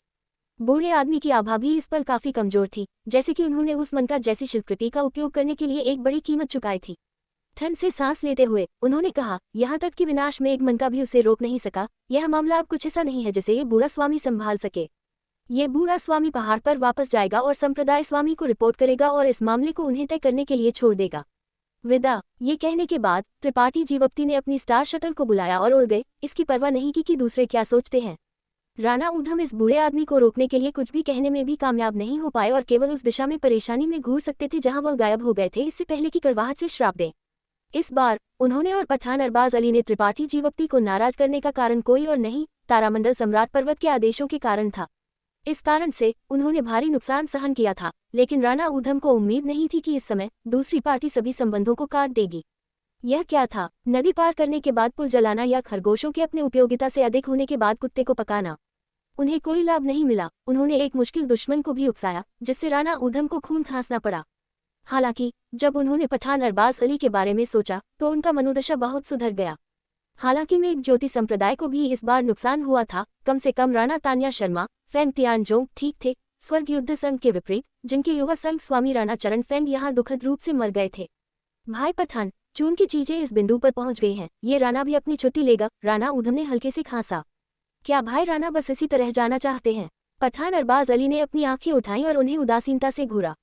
राणा ऊधम अजीब ढंग से मुस्कुराए। भाई पठान, आपने ये भी सुना कि जाने से पहले उस छोटे बच्चे ने क्या कहा था? वह निश्चित रूप से आज के मामले को आराम नहीं करने देगा। ये राणा जल्द से जल्द वापस जाकर कुछ व्यवस्थाएं करने से पहले कुछ दर्जन सालों के लिए पीछे हटने की तैयारी कर रहा है। यहाँ तक कि अगर वह छोटा बच्चा शक्तिशाली है तो वह मेरे मेघज्योति संप्रदाय के मुख्यालय पर हमला करने की हिम्मत नहीं करेगा, है ना? अगर ऐसा होता है तो वह खुद को अधिक आंक रहा होगा। भाई पठान, मैं आपको भी वापस जाकर कुछ व्यवस्थाएं करने की सलाह देता हूँ। अपने शिष्यों को फिलहाल बाहर न जाने के लिए कहें, कहीं वे उस छोटे बच्चे द्वारा एक एक करके पराजित न हों, जब तक चकाचौंध गुजर न जाए। क्या भाई राणा के पास बस इतना ही है? धमकी दिए जाने के बाद आप एक कछुए की तरह झुकने जा रहे हैं? पठान अरबाज अली ने तिरस्कारपूर्वक कहा। आप क्या कह रहे हैं? राणा ऊधम ने तिरस्कारपूर्वक थूका। ये राणा बस अपनी ताकत पर खेल रहा है और अपनी कमजोरियों से बच रहा है। उनके पास निपटने के लिए अपना तारामंडल सम्राट पर्वत है। मैं उन पर अपना समय बर्बाद नहीं करना चाहता। अगर मैं अपने बेटे की मौत का बदला नहीं लेता तो ये बूढ़ा स्वामी इंसान न कहलाने की कसम खाता है। अगर भाई राणा काया होना चाहते हैं तो ऐसा करें। ये बूढ़ा स्वामी और वह छोटा बच्चा पूरी तरह से अपरिवर्तनीय हैं। अगर वह वास्तव में मेरे मुख्यालय को धमकाने की हिम्मत करते हैं तो ये बूढ़ा स्वामी सुनिश्चित करेगा कि वह कभी नहीं जाएगा। पठान अरबाज अली ने सांस लिया। उनका भाव भयंकर था। फिर मैं भाई पठान को शुभकामनाएं देता हूँ। राणा ऊधम ने थोड़ा सा अपनी मुठिया जोड़ी इससे पहले कि अपना हाथ हिलाया और मेघज्योति संप्रदाय के बाकी शिष्यों को दूर ले गए। दुष्ट! पठान अरबाज अली ने राणा ऊधम के गायब होने की दिशा में देखा और तिरस्कारपूर्वक थूका, लेकिन जल्द ही उनका भाव फिर से दुखद हो गया क्योंकि उन्होंने एक निश्चित जगह की ओर मुड़कर कड़वाहट से कहा, योगासंग स्वामी का शरीर लो, हम वापस जा रहे हैं। हाँ, तुरंत कोई व्यक्ति आगे बढ़ा। राणा चरण फैन के सिर कटे शरीर को उठाया, प्रकाश की एक लकीर में बदल गया और धीरे धीरे दूरी में गायब होते हुए पठान अरबाज अली के पीछे चला गया। त्रिपाठी जीवप्ती भाग गए हैं और पठान अरबाज अली और राणा ऊधम के बीच तनाव बढ़ गया है। एपिसोड नंबर 1505 माउंटेन त्रिपाठी जीवप्ती का पलायन और जीवन रक्षक अमृतरस। प्राचीन संप्रदाय खंडहर से हजारों किलोमीटर दूर एक बंजर पहाड़ था। यहाँ की संसार ऊर्जा आभा पतली थी और बहुत ज्यादा वनस्पति भी नहीं थी, जिससे वह अत्यंत वीरान लगता था। बहुत कम साधक ऐसी जगह पर कदम रखेंगे क्योंकि यहाँ कोई कीमती खजाना या मूल्य का कुछ भी नहीं था, इसलिए ये स्वाभाविक था कि कोई भी यहाँ खोजने नहीं आएगा। ये पर्वत श्रृंखला बड़ी नहीं थी, लंबाई में केवल 1 दर्जन किलोमीटर थी। यह अतीत में ड्रैगन केव पर्वत के समान थी, लेकिन दृश्य और संसार ऊर्जा के मामले में ये और भी बुरा था। दूर से प्रकाश की एक लकीर तेज गति से आए और जैसे ही यह इस बंजर पहाड़ से गुजरी, यह एक मोड़ मुड़ा और सीधे पहाड़ के आधे रास्ते में एक प्राकृतिक गुफा में तेज गति से घुस गया।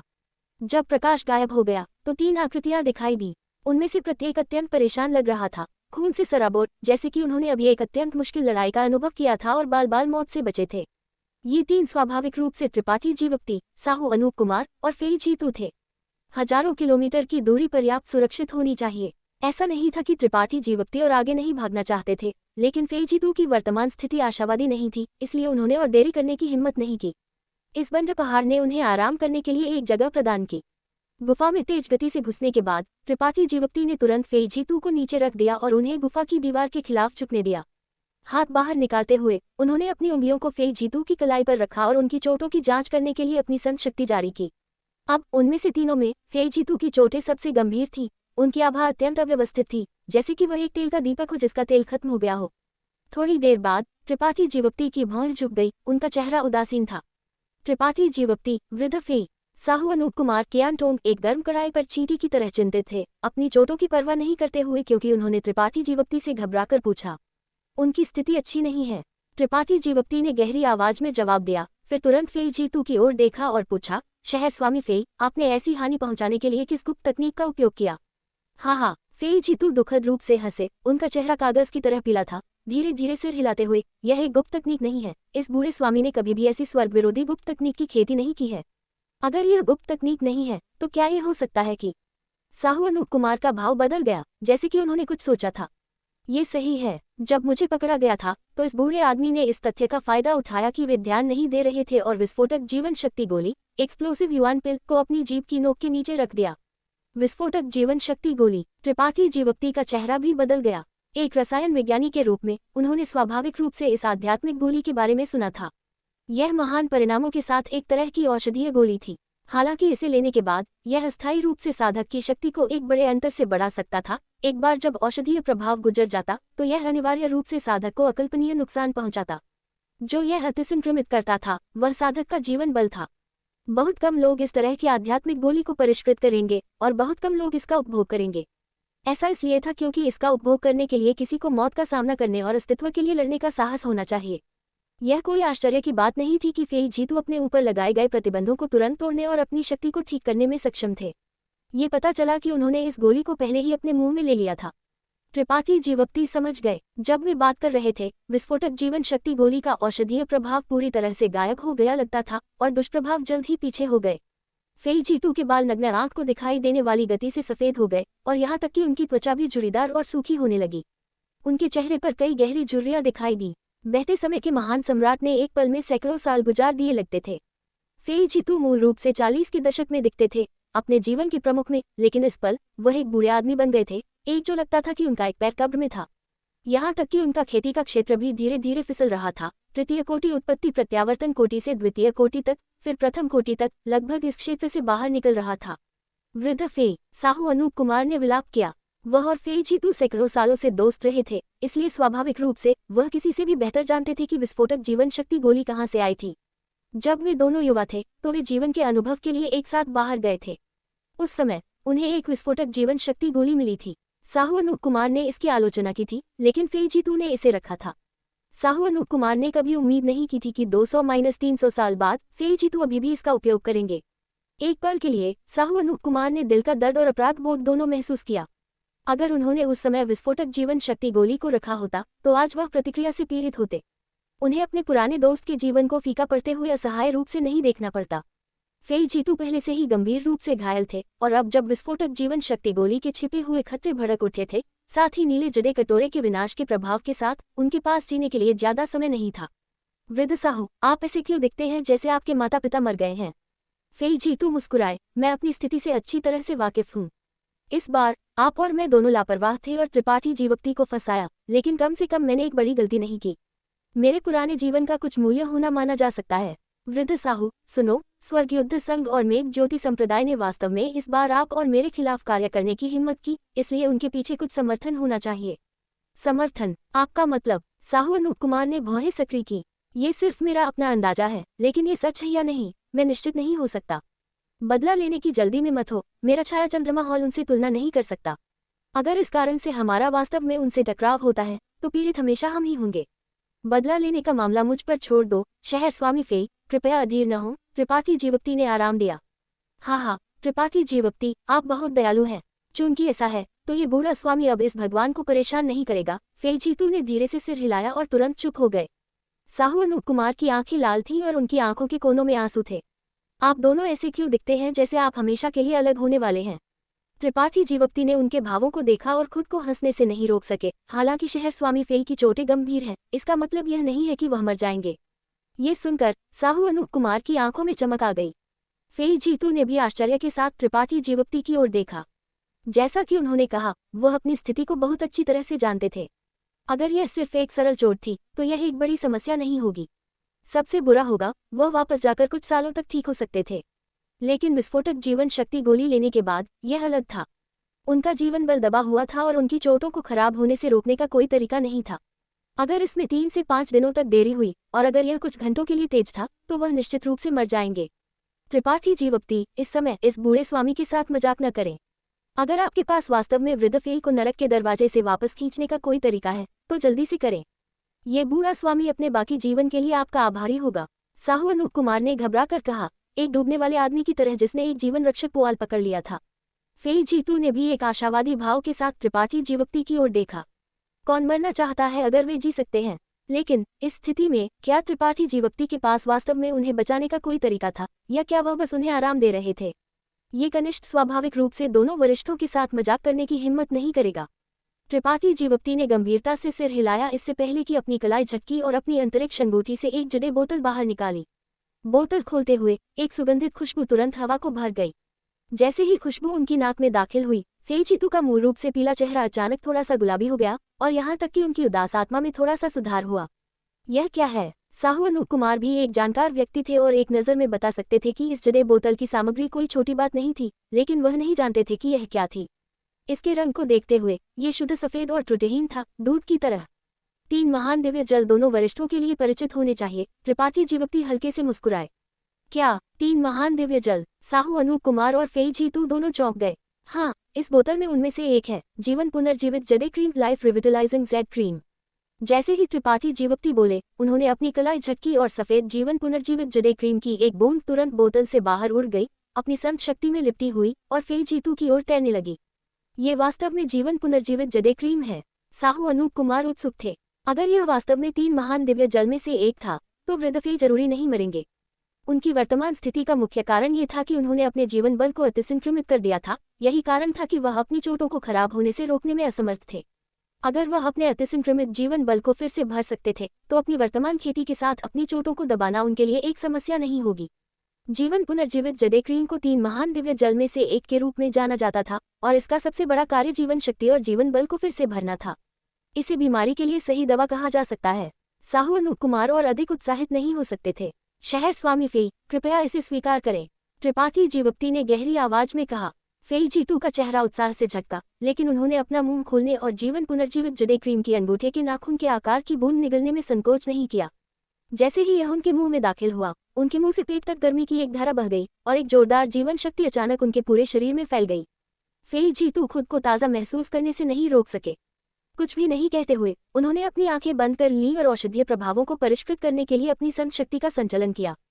फेई जीतू की आभा को अत्यंत तेज गति से स्थिर होते हुए देखकर, जैसे कि उनका जीवन अब खतरे में नहीं था, साहू अनूप कुमार खुद को आंसू बहाने से नहीं रोक सके, अपने पुराने दोस्त के बाल बचने के लिए उत्साहित महसूस करते हुए। त्रिपाठी जीवती, तुम्हारा उपहार बहुत महान है। साहू अनूप कुमार ने अपनी आंखों के कोनों को पोंछा और आभार से त्रिपाठी जीवती की ओर देखा। वृद्ध बहुत गंभीर हैं। वरिष्ठ फेई मेरे कारण फंसे थे और उन्होंने इस कनिष्ठ के लिए हमले को रोकने के लिए विस्फोटक जीवन शक्ति गोली भी ली। ये कनिष्ठ उनका पर्याप्त धन्यवाद नहीं कर सकता, इसलिए जीवन पुनर्जीवित जड़े क्रीम की एक मामूली बूंद क्या मूल्य की है। लेकिन वृद्ध साहू, आपकी चोटें। ये बूढ़ा स्वामी ठीक है, मैं अपने शरीर में मुहर को खुद ही हल कर सकता हूँ, मुझे बस कुछ दिनों के लिए ध्यान करने की जरूरत है। जहाँ तक इस बाह का सवाल है, हाँ, यह कोई बड़ी बात नहीं है। हालांकि यह बूढ़ा स्वामी बूढ़ा है, उसका शरीर अभी भी मजबूत है। ये केवल टूटा हुआ है, इसलिए ये भविष्य में ठीक हो जाएगा। अच्छा, चूंकि ऐसा है, तो वृद्ध को भी इलाज शुरू करना चाहिए। मेरे पास यहाँ कुछ इलाज की गोलियां हैं, अगर वृद्ध उन्हें लेते हैं, तो वे आपको आधे प्रयास के साथ 2 गुना परिणाम प्राप्त करने में मदद करेंगे, त्रिपाठी जीवती ने कहा, क्योंकि उन्होंने अपनी अंतरिक्ष अंगूठी से कुछ बोतलें बाहर निकाली, प्रत्येक बोतल से एक गोली डाली और इसे साहू अनूप कुमार को सौंप दिया। साहू अनूप कुमार ने मना करना चाहा। आखिरकार छाया चंद्रमा हॉल के एक वृद्ध के रूप में उनमें कुछ इलाज की गोलियां कैसे नहीं हो सकती। लेकिन जब उन्होंने गोलियों को देखा जो त्रिपाठी जीवती ने बाहर निकाली, तो उन्होंने उन शब्दों को निगल लिया जो उनकी जीभ की नोक पर थे और कृपापूर्वक उन्हें स्वीकार कर लिया, मुस्कुराते हुए। छोटे बच्चे, जो चीजें तुम बाहर निकालते हो वे वास्तव में अच्छी हैं, ये बूढ़ा स्वामी मना नहीं करेगा। निश्चित रूप से ये कनिष्ठ 2 वरिष्ठों के लिए पहरेदारी करेगा, जबकि 2 वरिष्ठ इलाज पर ध्यान केंद्रित करते हैं। अच्छा, आपको भी अपनी चोटों का ध्यान रखना चाहिए, पीछे कोई छिपे हुए खतरे न छोड़ें। जल्द ही उनमें से तीनों में से प्रत्येक ने गुफा में एक जगह पर कब्जा कर लिया और ध्यान करने के लिए क्रॉस लेग बैठ गए। फेई जीतू की चोटें सबसे गंभीर थीं, लेकिन अब जब उनका जीवन अब खतरे में नहीं था, तो वह कितना ठीक हो सकते थे, यह उनकी अपनी क्षमता पर निर्भर करेगा।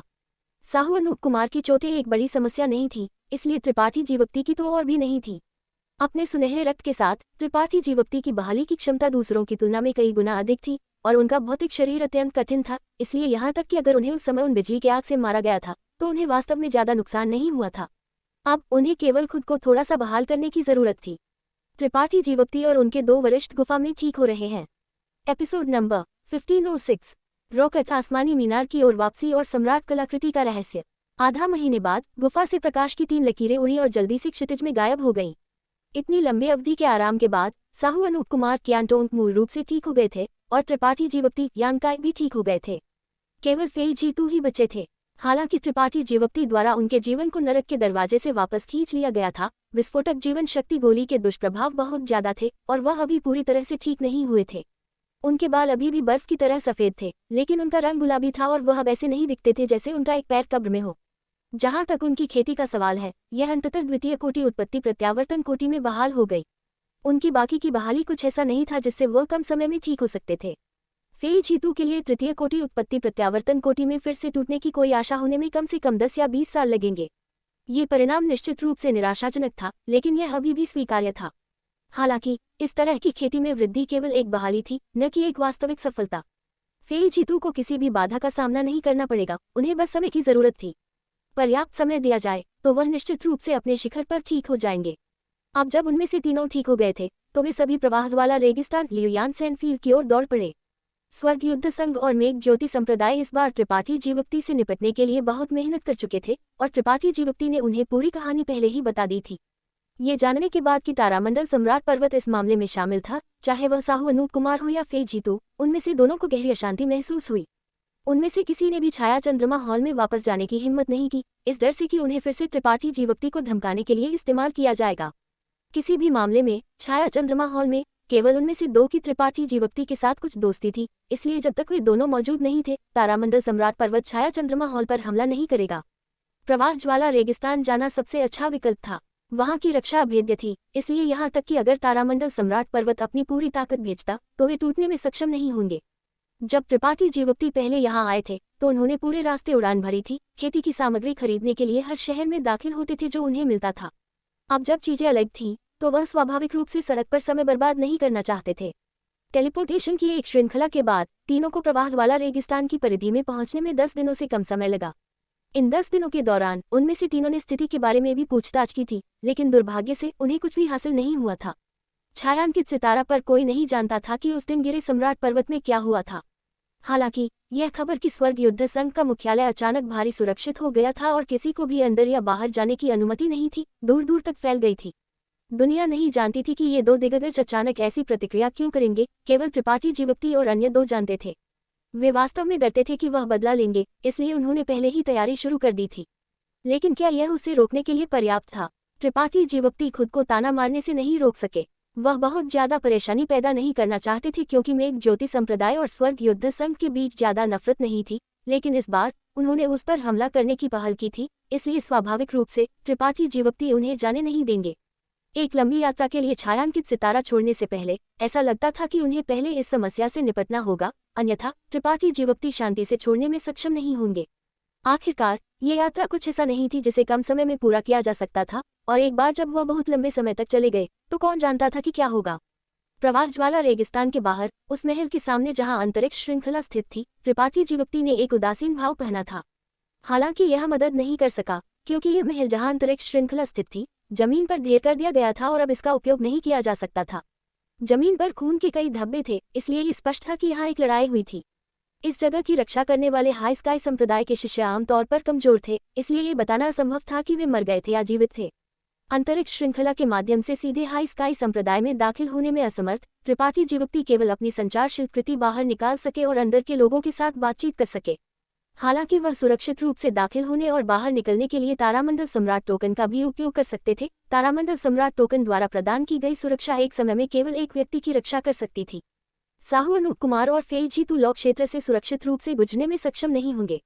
1 घंटे से भी कम समय तक इंतजार करने के बाद उबलती गर्मी की लहर से एक छोटी लड़ाकू जहाज बाहर उड़ गई, लॉक क्षेत्र से गुजरी और त्रिपाठी जीवक्ति के तीनों के सामने रुक गई। यह फ्लाइंग शार्क लड़ाकू shuttle, flying shark battle shuttle थी जिसे यांग यान ने पहले परिष्कृत किया था। हैच खुला, वूई की आकृति सामने आई। त्रिपाठी जीवक्ति, आप आखिरकार वापस आ गए। वूई थोड़ा चिंतित दिखाई दी, लेकिन साहू अनूप कुमार और फेई जीतू को देखने के बाद उन्होंने जल्दी से झुकाव किया। पहले ऊपर चलते हैं। त्रिपाठी जीवक्ति ने धीरे से सिर हिलाया, इससे पहले कि साहू अनूप कुमार और फेई जीतू को फ्लाइंग शार्क लड़ाकू शटल पर ले जाया जाए। लड़ाकू शटल का हैच बंद हो गया और एक झटका के साथ यह अत्यंत तेज गति से लॉक क्षेत्र की गहराई में उड़ गया। अंतरिक्ष जादू श्रृंखला को किसने नष्ट किया? क्या इसकी रक्षा करने वाले शिष्यों में कोई हताहत हुआ है? अंदर दाखिल होने के बाद त्रिपाठी जीवक्ति ने पूछा। मुझे नहीं पता किसने इसे नष्ट किया, लेकिन इसकी रक्षा करने वाले शिष्यों को कुछ चोटें आईं, लेकिन वे गंभीर नहीं हैं। 10 दिनों से अधिक समय पहले अवांछित मेहमानों का एक समूह अचानक प्रवाह ज्वाला रेगिस्तान के बाहर दिखाई दिया और अंतरिक्ष श्रृंखला पर कब्जा करने की कोशिश की। सौभाग्य से शिष्यों ने जल्दी से प्रतिक्रिया दी और यांगयान द्वारा व्यवस्थित आत्मविनाश आध्यात्मिक श्रृंखला को शुरू किया, जिससे उन्हें वापस टेलीपोर्ट करने की अनुमति मिली। अच्छा, यह अच्छा है। त्रिपाठी जीवक्ति ने धीरे से सिर हिलाया। हाई स्काई संप्रदाय में शुरुआत करने के लिए बहुत कम शिष्य थे और वे सभी साधक थे जो वूई का पालन करते थे और हाई की परिवार छोड़ गए थे। उन्होंने एक दूसरे का समर्थन किया था जहां वे आज तक थे, इसलिए अगर कोई हताहत होता तो ये शिष्य निश्चित रूप से बहुत दुखी होंगे। त्रिपाठी जीवक्ति, क्या आप जानते हैं कि हाई स्काई संप्रदाय को नुकसान पहुंचाने की कोशिश कौन कर रहा है? वू यी ने गुस्से से पूछा। शायद स्वर्ग युद्ध संघ और मेघ ज्योति संप्रदाय, त्रिपाठी जीवक्ति ने हल्के से कहा। वू यी का सुंदर चेहरा थोड़ा बदल गया। वे हमसे क्यों निपटना चाहेंगे? हमने उन्हें नाराज नहीं किया है ना? छोटी लड़की, एक आम आदमी मासूम है, लेकिन एक जड़े की अंगूठी को खजाना बनाना दूसरों की ईर्ष्या को जगाएगा। आपने वास्तव में उन्हें नाराज नहीं किया है, लेकिन चूंकि वे आपकी चीजों को लालच देते हैं, वे स्वाभाविक रूप से कार्य करेंगे। जब त्रिपाठी जीवक्ति इस बार बाहर गए तो उन्हें उनके द्वारा घेरा गया था। साहू अनूप कुमार ने किनारे से सांस ली। उनकी हिम्मत कैसे हुई? वो ये चिल्लाए। उनका सुंदर चेहरा उदासीन हो गया। मेरा हाई स्काई संप्रदाय हमेशा एक शांतिपूर्ण जगह रहा है, सांसारिक मामलों से दूर खड़ा है, फिर भी वे सोचते हैं कि हम धमकाने में आसान हैं। ऐसा लगता है कि हमारे पास उन्हें एक सबक सिखाने के अलावा कोई विकल्प नहीं है। त्रिपाठी जीवक्ति और अन्य सभी ने आश्चर्य में उनकी ओर देखा। फेई जीतू ने अपने हाथों को ताली बजाई और मुस्कुराया। छोटी लड़की, तुम अभी भी जवान हो, लेकिन तुम्हारी महत्वाकांक्षा छोटी नहीं है। त्रिपाठी जीवक्ति के अनुयायियों में से एक के योग्य ऐसा साहस। वू यी का सुंदर चेहरा इस प्रशंसा को सुनने के बाद शर्मा गया और उन्होंने जल्दी से कहा। कनिष्ठ बस आकस्मिक रूप से बोल रही थी, कैसे कार्य करना है ये संप्रदाय स्वामी की राय पर निर्भर करेगा। वरिष्ठ को इस कनिष्ठ का मजाक नहीं उड़ाना चाहिए। स्वाभाविक रूप से हम उन्हें एक सबक सिखाएंगे। त्रिपाठी जीवक्ति ने ठंड से सांस लिया। अगर दुश्मनी है तो कहने के लिए कुछ भी नहीं है। वू यी का भाव हिल गया। 1 घंटे बाद हाई स्काई संप्रदाय के वर्ग में लड़ाकू शटल गोदी में थी और लोगों का एक समूह बाहर निकल गया। त्रिपाठी जीवक्ति ने वू यी से साहू अनूप कुमार और फेई जीतू को आराम करने की व्यवस्था करने के लिए कहा, जबकि वह अकेले 100 फूलों के शिखर 100 फ्लावर्स पीक की ओर चले गए।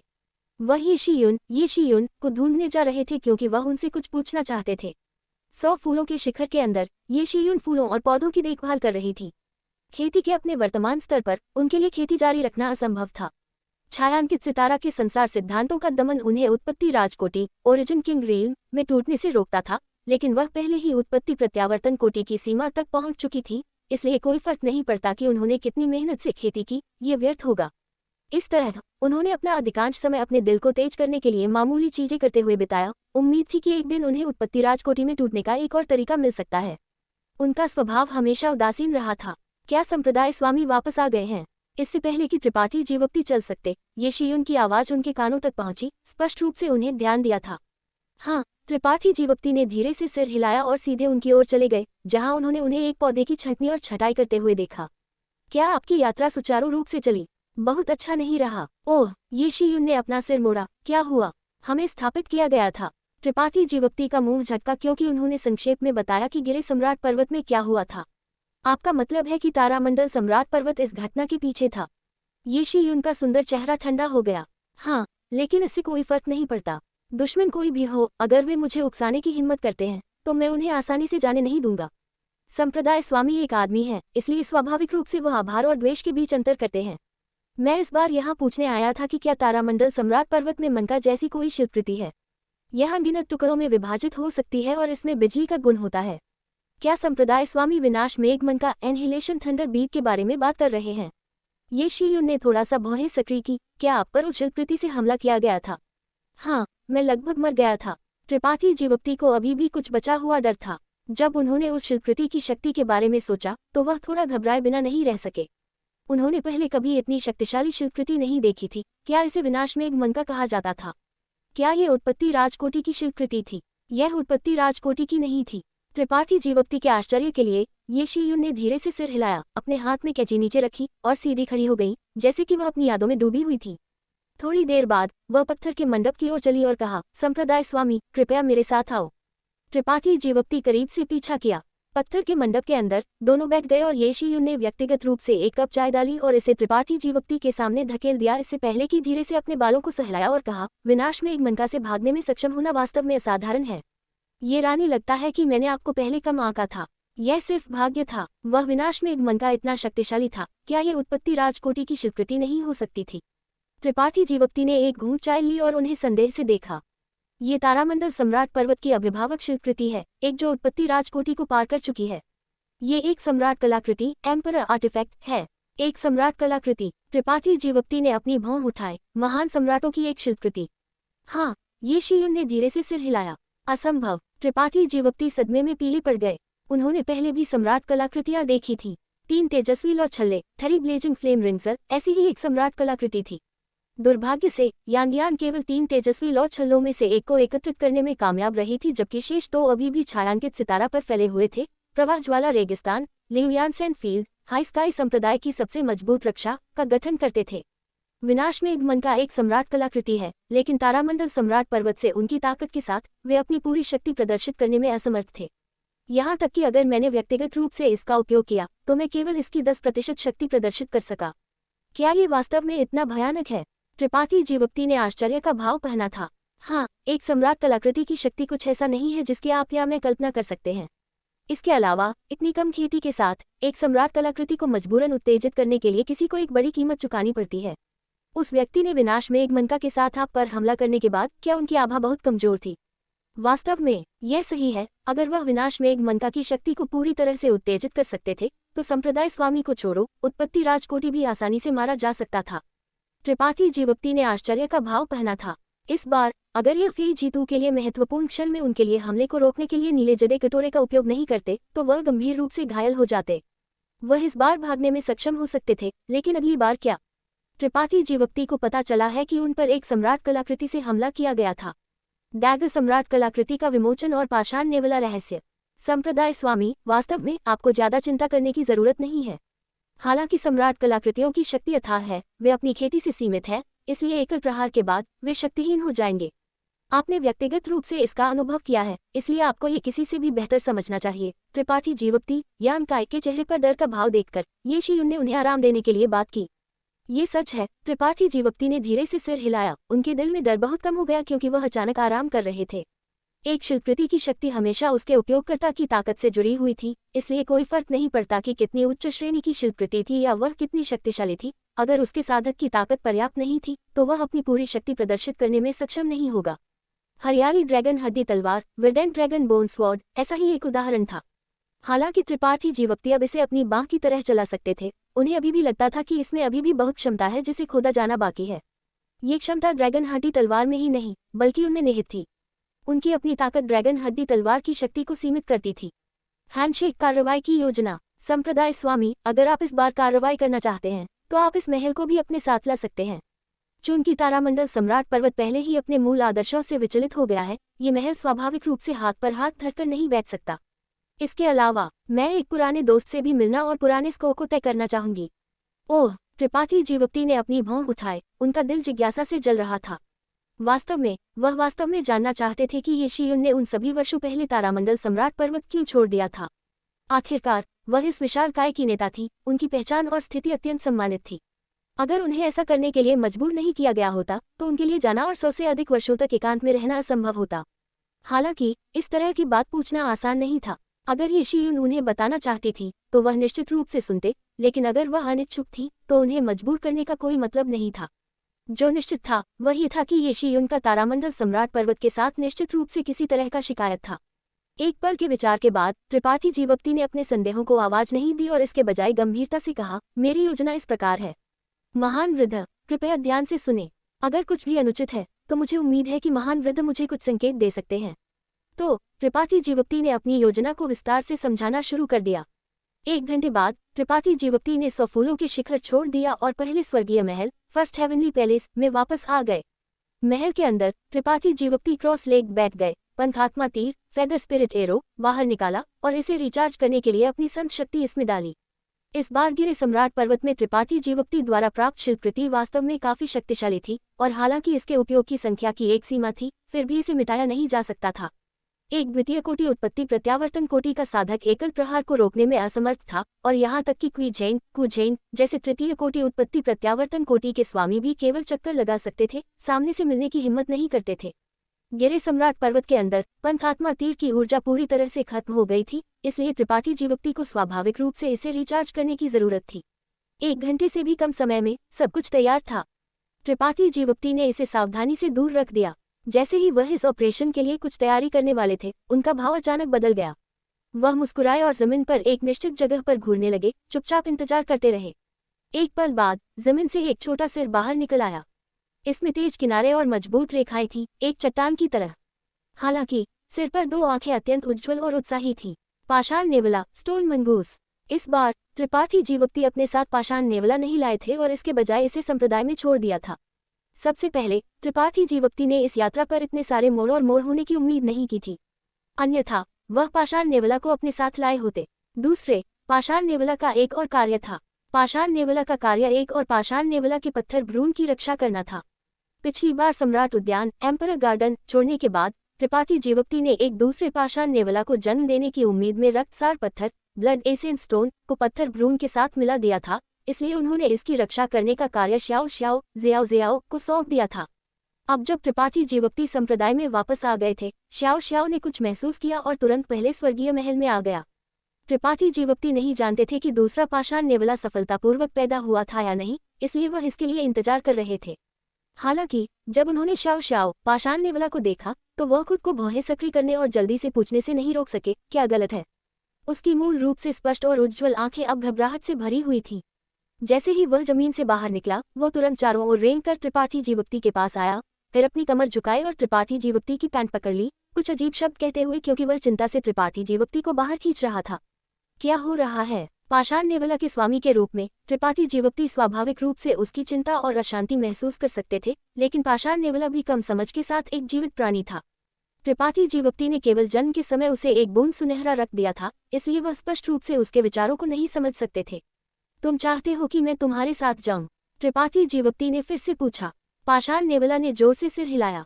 रास्ता दिखाओ। त्रिपाठी जीवक्ति ने धीरे से सिर हिलाया। पाषाण नेवला को उसे बाहर खींचने की अनुमति दी। जल्द ही एक व्यक्ति और एक पाषाण नेवला ने हाई स्काई संप्रदाय का मुख्यालय छोड़ दिया और पर्वत श्रृंखला की गहराई की ओर बढ़ गए।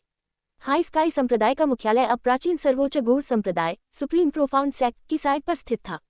ये साइट अत्यंत विशाल थी और हाई स्काई संप्रदाय छोटा था, इसलिए ये केवल इसका एक छोटा हिस्सा कब्जा कर रहा था। अब जिस जगह पर पाषाण नेवला त्रिपाठी जीवक्ति को ले जा रहा था, उसे भी सर्वोच्च गूढ़ संप्रदाय का मुख्यालय माना जा सकता था, लेकिन यह एक पर्वत शिखर के शीर्ष पर स्थित था। ये पर्वत शिखर ऊंचा और सीधा था, बादलों में मीनार करता था। ये एक सुंदर दृश्य था। 1 घंटे बाद पाषाण नेवला त्रिपाठी जीवक्ति को इस पहाड़ के शीर्ष पर ले गया। शीर्ष पर एक विशाल मंच था जो एक सार्वजनिक वर्ग और एक शानदार महल जैसा दिखता था। यह शायद अतीत में सर्वोच्च गूढ़ संप्रदाय द्वारा बनाया गया महल था, लेकिन यह अब खाली था। महल के सामने जमीन पर एक अजीब खून के रंग का गोल पत्थर था, जिसका आकार एक धोने की टब जितना था। हल्के से आसपास की समृद्ध संसार ऊर्जा को गोल पत्थर में खींचा जा रहा था। वह यहाँ तक कि गोल पत्थर से आने वाली धड़कन की आवाज भी सुन सकते थे, जो दिल की धड़कन की तरह लगती थी। यह मजबूत, शक्तिशाली और एक स्पष्ट ताल थी। दूसरे पाषाण नेवला का पत्थर भ्रूण। त्रिपाठी जीवक्ति की आंखें चमक उठी। पत्थर भ्रूण की श्याओ श्याओ द्वारा अच्छी तरह से देखभाल की गई थी। रक्तसार पत्थर के साथ मिलने के बाद इसका लगभग अपना जीवन था, लेकिन अजीब बात यह थी कि इसके अंदर का जीवन अभी तक अपने खोल से बाहर नहीं निकला था। तार्किक रूप से इतने लंबे समय के बाद इसे पैदा होना चाहिए था। त्रिपाठी जीवक्ति की भौं झुक गई। अपनी आंखों की रोशनी के साथ वह स्वाभाविक रूप से देख सकते थे कि पत्थर भ्रूण में कुछ गलत था। कोई आश्चर्य नहीं कि श्याओ श्याओ इतना चिंतित था। यहाँ पहुंचने के बाद श्याओ श्याओ पत्थर भ्रूण की ओर दौड़ पड़ा और चिंता से इसके चारों ओर चक्कर लगाया, अपने कानों और गालों को खरोंचता रहा। वह एक बंदर की तरह दिखता था जिसे गुदगुदी की गई थी, और कोई फर्क नहीं पड़ता कि उसने क्या किया, वह नहीं पा सका जो वह चाहता था। मुझे एक नजर डालने दो, चिंता मत करो। त्रिपाठी जीवक्ति ने उसे आराम दिया। पाषाण नेवला आज्ञाकारी था और तुरंत एक तरफ बैठ गया, चिंता से देखता रहा। पत्थर भ्रूण ने अपनी तरह का प्रजनन किया था, इसलिए यहाँ तक कि अगर श्याओ श्याओ के पास उच्च बुद्धिमत्ता नहीं थी, तो वह अपनी तरह की रक्षा कैसे करना है जानता था। त्रिपाठी जीवक्ति पत्थर भ्रूण के पास आए और जांच करने के लिए अपनी दिव्य भावना जारी की। उनका भाव थोड़ा बदल गया। पत्थर भ्रूण के भीतर अकल्पनीय मात्रा में ऊर्जा संघर्षित थी और ये लगातार ताकत में बढ़ रही थी। यह अज्ञात था कि क्या ये इसलिए था क्योंकि यहाँ संसार ऊर्जा बहुत समृद्ध थी या किसी अन्य कारण से, लेकिन पत्थर भ्रूण अपने आसपास से लगातार संसार ऊर्जा को अवशोषित कर रहा था। दिल की धड़कन अधिक से अधिक स्पष्ट और शक्तिशाली हो गई, लेकिन कोई फर्क नहीं पड़ता कि त्रिपाठी जीवक्ति ने कैसे जांच की, अंदर के जीवन ने अपने खोल से बाहर निकलने का कोई संकेत नहीं दिखाया। यहाँ तक कि आध्यात्मिक ऊर्जा उतार चढ़ाव का कोई निशान भी नहीं था। कोई आध्यात्मिक ऊर्जा उतार चढ़ाव का मतलब था कि उसका जीवन अधूरा था और उसने अभी तक बुद्धिमत्ता विकसित नहीं की थी। त्रिपाठी जीवक्ति भ्रमित थे। वह नहीं जानते थे कि इससे कैसे निपटना है। पाषाण नेवला एक विशेष जीवन रूप था जिसके बारे में यांग यान ने उन्हें बताया था, अन्यथा वह नहीं जानते कि असीम दुनिया में ऐसा अजीब जीवन रूप मौजूद था। जहां तक सवाल है कि पाषाण नेवला सुरक्षित रूप से कैसे पैदा हो सकता है और इस पर क्या करना है, त्रिपाठी जीवक्ति को कोई पता नहीं था। शायद अगर यांग यान यहाँ होती तो वह उनके सवालों का जवाब देने में सक्षम होती। हालांकि सम्राट उद्यान से लौटने के बाद यांगियान महान सम्राटों के निकायों के साथ विलय हो गई थी और गहरी नींद में गिर गई थी। यहाँ तक कि अगर त्रिपाठी जीवक्ति उसे ढूंढने जाते तो वह कोई मदद प्राप्त नहीं कर पाते। इसके बारे में ध्यान से सोचने के बाद त्रिपाठी जीवक्ति ने बाहर पहुंचा और पत्थर भ्रूण को छुआ। किसी भी मामले में पत्थर भ्रूण के अंदर जमा ऊर्जा इस पल बहुत बड़ी थी, इसलिए निश्चित रूप से कुछ गलत था। कारण ये था कि पत्थर भ्रूण सुचारू रूप से पैदा नहीं हुआ था और बुद्धिमत्ता विकसित नहीं हुई थी, जो सबसे अधिक संभावना इस विशाल मात्रा में ऊर्जा से संबंधित थी। यह शायद कारण था कि एक कमजोर शरीर पोषण का सामना नहीं कर सका।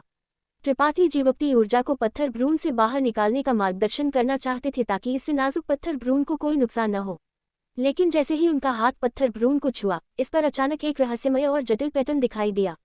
पैटर्न घुमाने के बाद ये एक भयानक ऊर्जा में बदल गया जो त्रिपाठी जीवक्ति की ओर तेज गति से दौड़ पड़ा। त्रिपाठी जीवक्ति का चेहरा भयानक रूप से बदल गया और उन्होंने जल्दी से एक तरफ छलांग लगाई। एक तेज आवाज के साथ ऊर्जा लहर उनके शरीर को पार कर गई और सीधे आकाश में गोली मार दी। कुछ सांसों बाद दूर आकाश में एक छेद दिखाई दिया, जैसे कि स्वर्ग को छेदा गया हो। त्रिपाठी जीवक्ति का चेहरा सदमे से भरा हुआ था और उन्होंने अब जल्दबाजी में कार्य करने की हिम्मत नहीं की। शाओ शाओ ने उन्हें घूरकर देखा और कुछ अस्पष्ट शब्द कहे, जैसे कि वह किसी चीज के लिए निवेदन कर रहा हो। उनकी आंखें उदासी से भरी हुई थी। त्रिपाठी जीवक्ति ने धीरे से सिर हिलाया। इस बिंदु पर उन्हें डर था कि वह मदद करने के लिए कुछ नहीं कर सकते हैं और केवल प्रकृति को अपना रास्ता अपनाना पड़ सकता था। जैसे कि उसने त्रिपाठी जीवक्ति के विचारों को देख लिया था, श्याओ श्याओ का भाव थोड़ा निराश हो गया। उसका सिर झुक गया क्योंकि वह एकटक बैठा था, अपने सामने पत्थर भ्रूण को घूर रहा था। समय धीरे धीरे बीत गया और पत्थर भ्रूण के अंदर समाहित ऊर्जा बड़ी और बड़ी हो गई। दिल की धड़कन की ताल भी अधिक तेज हो गई, जिससे त्रिपाठी जीवक्ति का दिल कांप उठा। ये एक अत्यंत असामान्य ताल थी, एक निरंतर ड्रमबीट की तरह। और जैसे ही आवाज बजी, पत्थर भ्रूण पर प्रकाश चमकना शुरू हो गया। कभी कभी चमकता था और कभी कभी मंद होता था। ये स्थिति पूरे 5 दिनों तक चली और यह 5वें दिन तक नहीं था कि स्थिति बदल गई। पत्थर भ्रूण पर खून के रंग का प्रकाश अचानक अत्यंत चकाचौंध हो गया और उसी समय एक चौंकाने वाला ऊर्जा उतार चढ़ाव पत्थर भ्रूण से फूट पड़ा। त्रिपाठी जीवक्ति की आंखें चौड़ी हो गई क्योंकि उन्होंने अपने सामने आंदोलन को घूर कर देखा। धीरे धीरे प्रकाश मंद हो गया और तीव्र कंपन उसी समय गायब हो गए। पत्थर भ्रूण में समाहित भयानक ऊर्जा उतार चढ़ाव भी बिना किसी निशान के गायब हो गए। त्रिपाठी जीवक्ति का दिल डूब गया क्योंकि उन्होंने पत्थर भ्रूण की जांच करने के लिए अपनी दिव्य भावना जारी की। उनका भाव मंद हो गया, यहाँ तक कि जीवन जो पत्थर भ्रूण में मूल रूप से था गायब हो गया था, जैसे कि यह वास्तव में सिर्फ एक पत्थर का टुकड़ा था जो कहीं भी पाया जा सकता था। शाओ शाओ ने भी इसे देखा और जल्दी से पत्थर भ्रूण की ओर दौड़ पड़ा। दोनों हाथों से इसे हल्का सा थपथपाया और कुछ समझ से बाहर शब्द कहे इससे पहले कि इसे उठाया और त्रिपाठी जीवक्ति को भेज दिया। इसे उनकी बाहों में भर दिया, स्पष्ट रूप से चाहते हुए कि वह एक समाधान सोचे। त्रिपाठी जीवक्ति ने अपना मुंह खोला, लेकिन अंत में वह बोलने में असमर्थ थे और केवल गहरी सांस ले सके। त्रिपाठी जीवक्ति को पाषाण नेवला के पत्थर भ्रूण में एक बड़ी समस्या का सामना करना पड़ रहा है। एपिसोड संख्या 1508, ट्राइंग पाषाण नेवला का विलाप और स्वर्ण रक्त का पुनर्जीवन। शाओ शाओ ज़ियाओ ज़ियाओ के स्वामी के रूप में त्रिपाठी जीवक्ति यान का स्वाभाविक रूप से उसके दिल में अधीरता और अशांति महसूस कर सकते थे। अगर वह कर सकते तो वह शाओ शाओ के अनुरोध को अस्वीकार नहीं करते। हालांकि त्रिपाठी जीवक्ति पाषाण नेवला के बारे में बहुत कम जानते थे, इसलिए उन्हें कोई पता नहीं था कि क्या गलत हुआ था जिसके कारण दूसरे पाषाण नेवला ने न केवल अपने खोल से बाहर निकलने में विफल रहा बल्कि मर भी गया। यहाँ तक कि अगर वह चाहते तो वह कुछ नहीं कर सकते थे। स्वामी और सेवक जुड़े हुए थे, इसलिए त्रिपाठी जीवक्ति की लाचारी को महसूस करते हुए शाओ शाओ की आंखों में आशा की रोशनी धीरे धीरे मंद हो गई। उसने हल्का सा सूंघा, एक बच्चे की तरह जिसे गलत समझा गया हो। बहुत देर बाद उसने धीरे से पत्थर भ्रूण को त्रिपाठी जीवक्ति के सामने रख दिया और सावधानी से इसे छुआ, जैसे कि वह डरता था कि उसके आंदोलन से पत्थर भ्रूण को कोई नुकसान होगा। तुरंत शाओ शाओ चट्टान के किनारे की ओर दौड़ पड़ा और अपने हाथों से अपनी छाती को पीटा, एक ड्रम की तरह एक पोपो आवाज पैदा करते हुए। उसका छोटा शरीर तेजी से बढ़ गया और पलक झपकते ही वह 100 मीटर से अधिक ऊंचा एक पत्थर विशालकाय बन गया। एक विशाल गोरिल्ला की तरह वह पहाड़ के शीर्ष पर खड़ा था। उसकी पीठ झुकी हुई थी और उसके हाथ जमीन पर लटक रहे थे क्योंकि वह बादलों को घूर रहा था। एक लंबी दहाड़, एक लुढ़कते ड्रैगन की दहाड़ की तरह उसके मुंह से आई। दहाड़ आकाश में गूंज उठी और इसमें एक अकल्पनीय विनाशकारी शक्ति थी जिसके कारण बादलों का सागर उल्टा हो गया। दहाड़ दुख और शोक से भरी हुई थी जिसे मिटाया नहीं जा सकता था। कुछ हिस्सा जो क्रिस्टल जदे जैसा दिखता था शाओ शाओ की आंखों से नीचे फिसल गया और एक कुरकुरी आवाज के साथ जमीन पर गिर गया। पाषाण नेवला रो रहा था। त्रिपाठी जीवक्ति ने कभी नहीं सोचा था कि पाषाण नेवला एक दिन रोएगा। वह कल्पना नहीं कर सकते थे कि दूसरे पाषाण नेवला का पत्थर भ्रूण शाओ शाओ के लिए क्या मतलब था, जिसके कारण वह इतना दुखी हो गया। लेकिन इस पल शाओ शाओ की पीठ भयानक और अकेली थी। ऐसा लगता था जैसे शाओ शाओ दुनिया में अकेला बचा था और वह अपने बाकी के जीवन के लिए अकेला रहेगा। त्रिपाठी जीवप्ती अचानक उठ गए और पत्थर भ्रूण की ओर जल्दी से दौड़ पड़े, अपना हाथ बाहर निकाला और अपनी कलाई के चारों ओर एक स्वर्ण रक्त धागा फेंका। एक घाव जो कुछ इंच लंबा और हड्डी तक गहरा था तुरंत दिखाई दिया। सुनहरा रक्त घाव से बाहर निकल गया और बूंद बूंद करके पत्थर भ्रूण पर टपक गया। यह ऐसा नहीं होना चाहिए था। श्याओ श्याओ का जन्म इतना सुचारू था और त्रिपाठी जीवप्ती भी उस समय भ्रमित थे। श्याओ श्याओ ने खुद ही काले किताब अंतरिक्ष ब्लैक बुक स्पेस में रक्त सार पत्थर ब्लड एसेंस स्टोन के साथ एकीकृत किया था और आसानी से अपने खोल से बाहर निकल गया था। दूसरा इतना मुश्किल क्यों था? इस पल भी उसकी जीवन आभा पूरी तरह से चली गई थी। कोई फर्क नहीं पड़ता कि क्या कारण था, यह अभी भी श्याओ श्याओ की तरह का था और श्याओ श्याओ की उसके जन्म के लिए अपेक्षाएं उसके अपने से 10 लाख गुना अधिक थीं। त्रिपाठी जीवप्ती को विश्वास नहीं था कि ऐसा शक्तिशाली प्राणी बस ऐसे ही मर जाएगा। उन्होंने अपना सर्वश्रेष्ठ प्रदर्शन किया और स्वर्ग को छोड़ दिया। स्वर्ण रक्त की टपकने की आवाज, टप टप टप टप टप टप टप टप। स्वर्ण रक्त में अकल्पनीय मात्रा में जीवन शक्ति और जीवन शक्ति थी। जब श्याओ श्याओ पैदा हुआ था, त्रिपाठी जीवप्ती ने भी यही काम किया था, लेकिन उन्होंने केवल एकल बूंद स्वर्ण रक्त का उपयोग किया था। लेकिन अब उन्होंने लागत की परवाह नहीं की। त्रिपाठी जीवप्ती के कार्यों को समझते हुए श्याओ श्याओ तुरंत घूम गया और दौड़ पड़ा। त्रिपाठी जीवप्ती के सामने बैठ गया, समय समय पर पत्थर भ्रूण पर एक चिंतित भाव के साथ झलकते हुए उन्हें आभारपूर्वक देख रहा था। समय धीरे धीरे बीत गया और पत्थर भ्रूण पूरी तरह से सोने में रंगा हुआ था, लेकिन त्रिपाठी जीवप्ती की निराशा के लिए उनके स्वर्ण रक्त का कोई असर नहीं हुआ और पत्थर भ्रूण ने इसे अवशोषित करने का कोई संकेत नहीं दिखाया। इसने उनके भाव को मंद कर दिया। श्याओ श्याओ भी एक गर्म कढ़ाई पर एक चींटी की तरह था, अशांत रूप से झुकता था।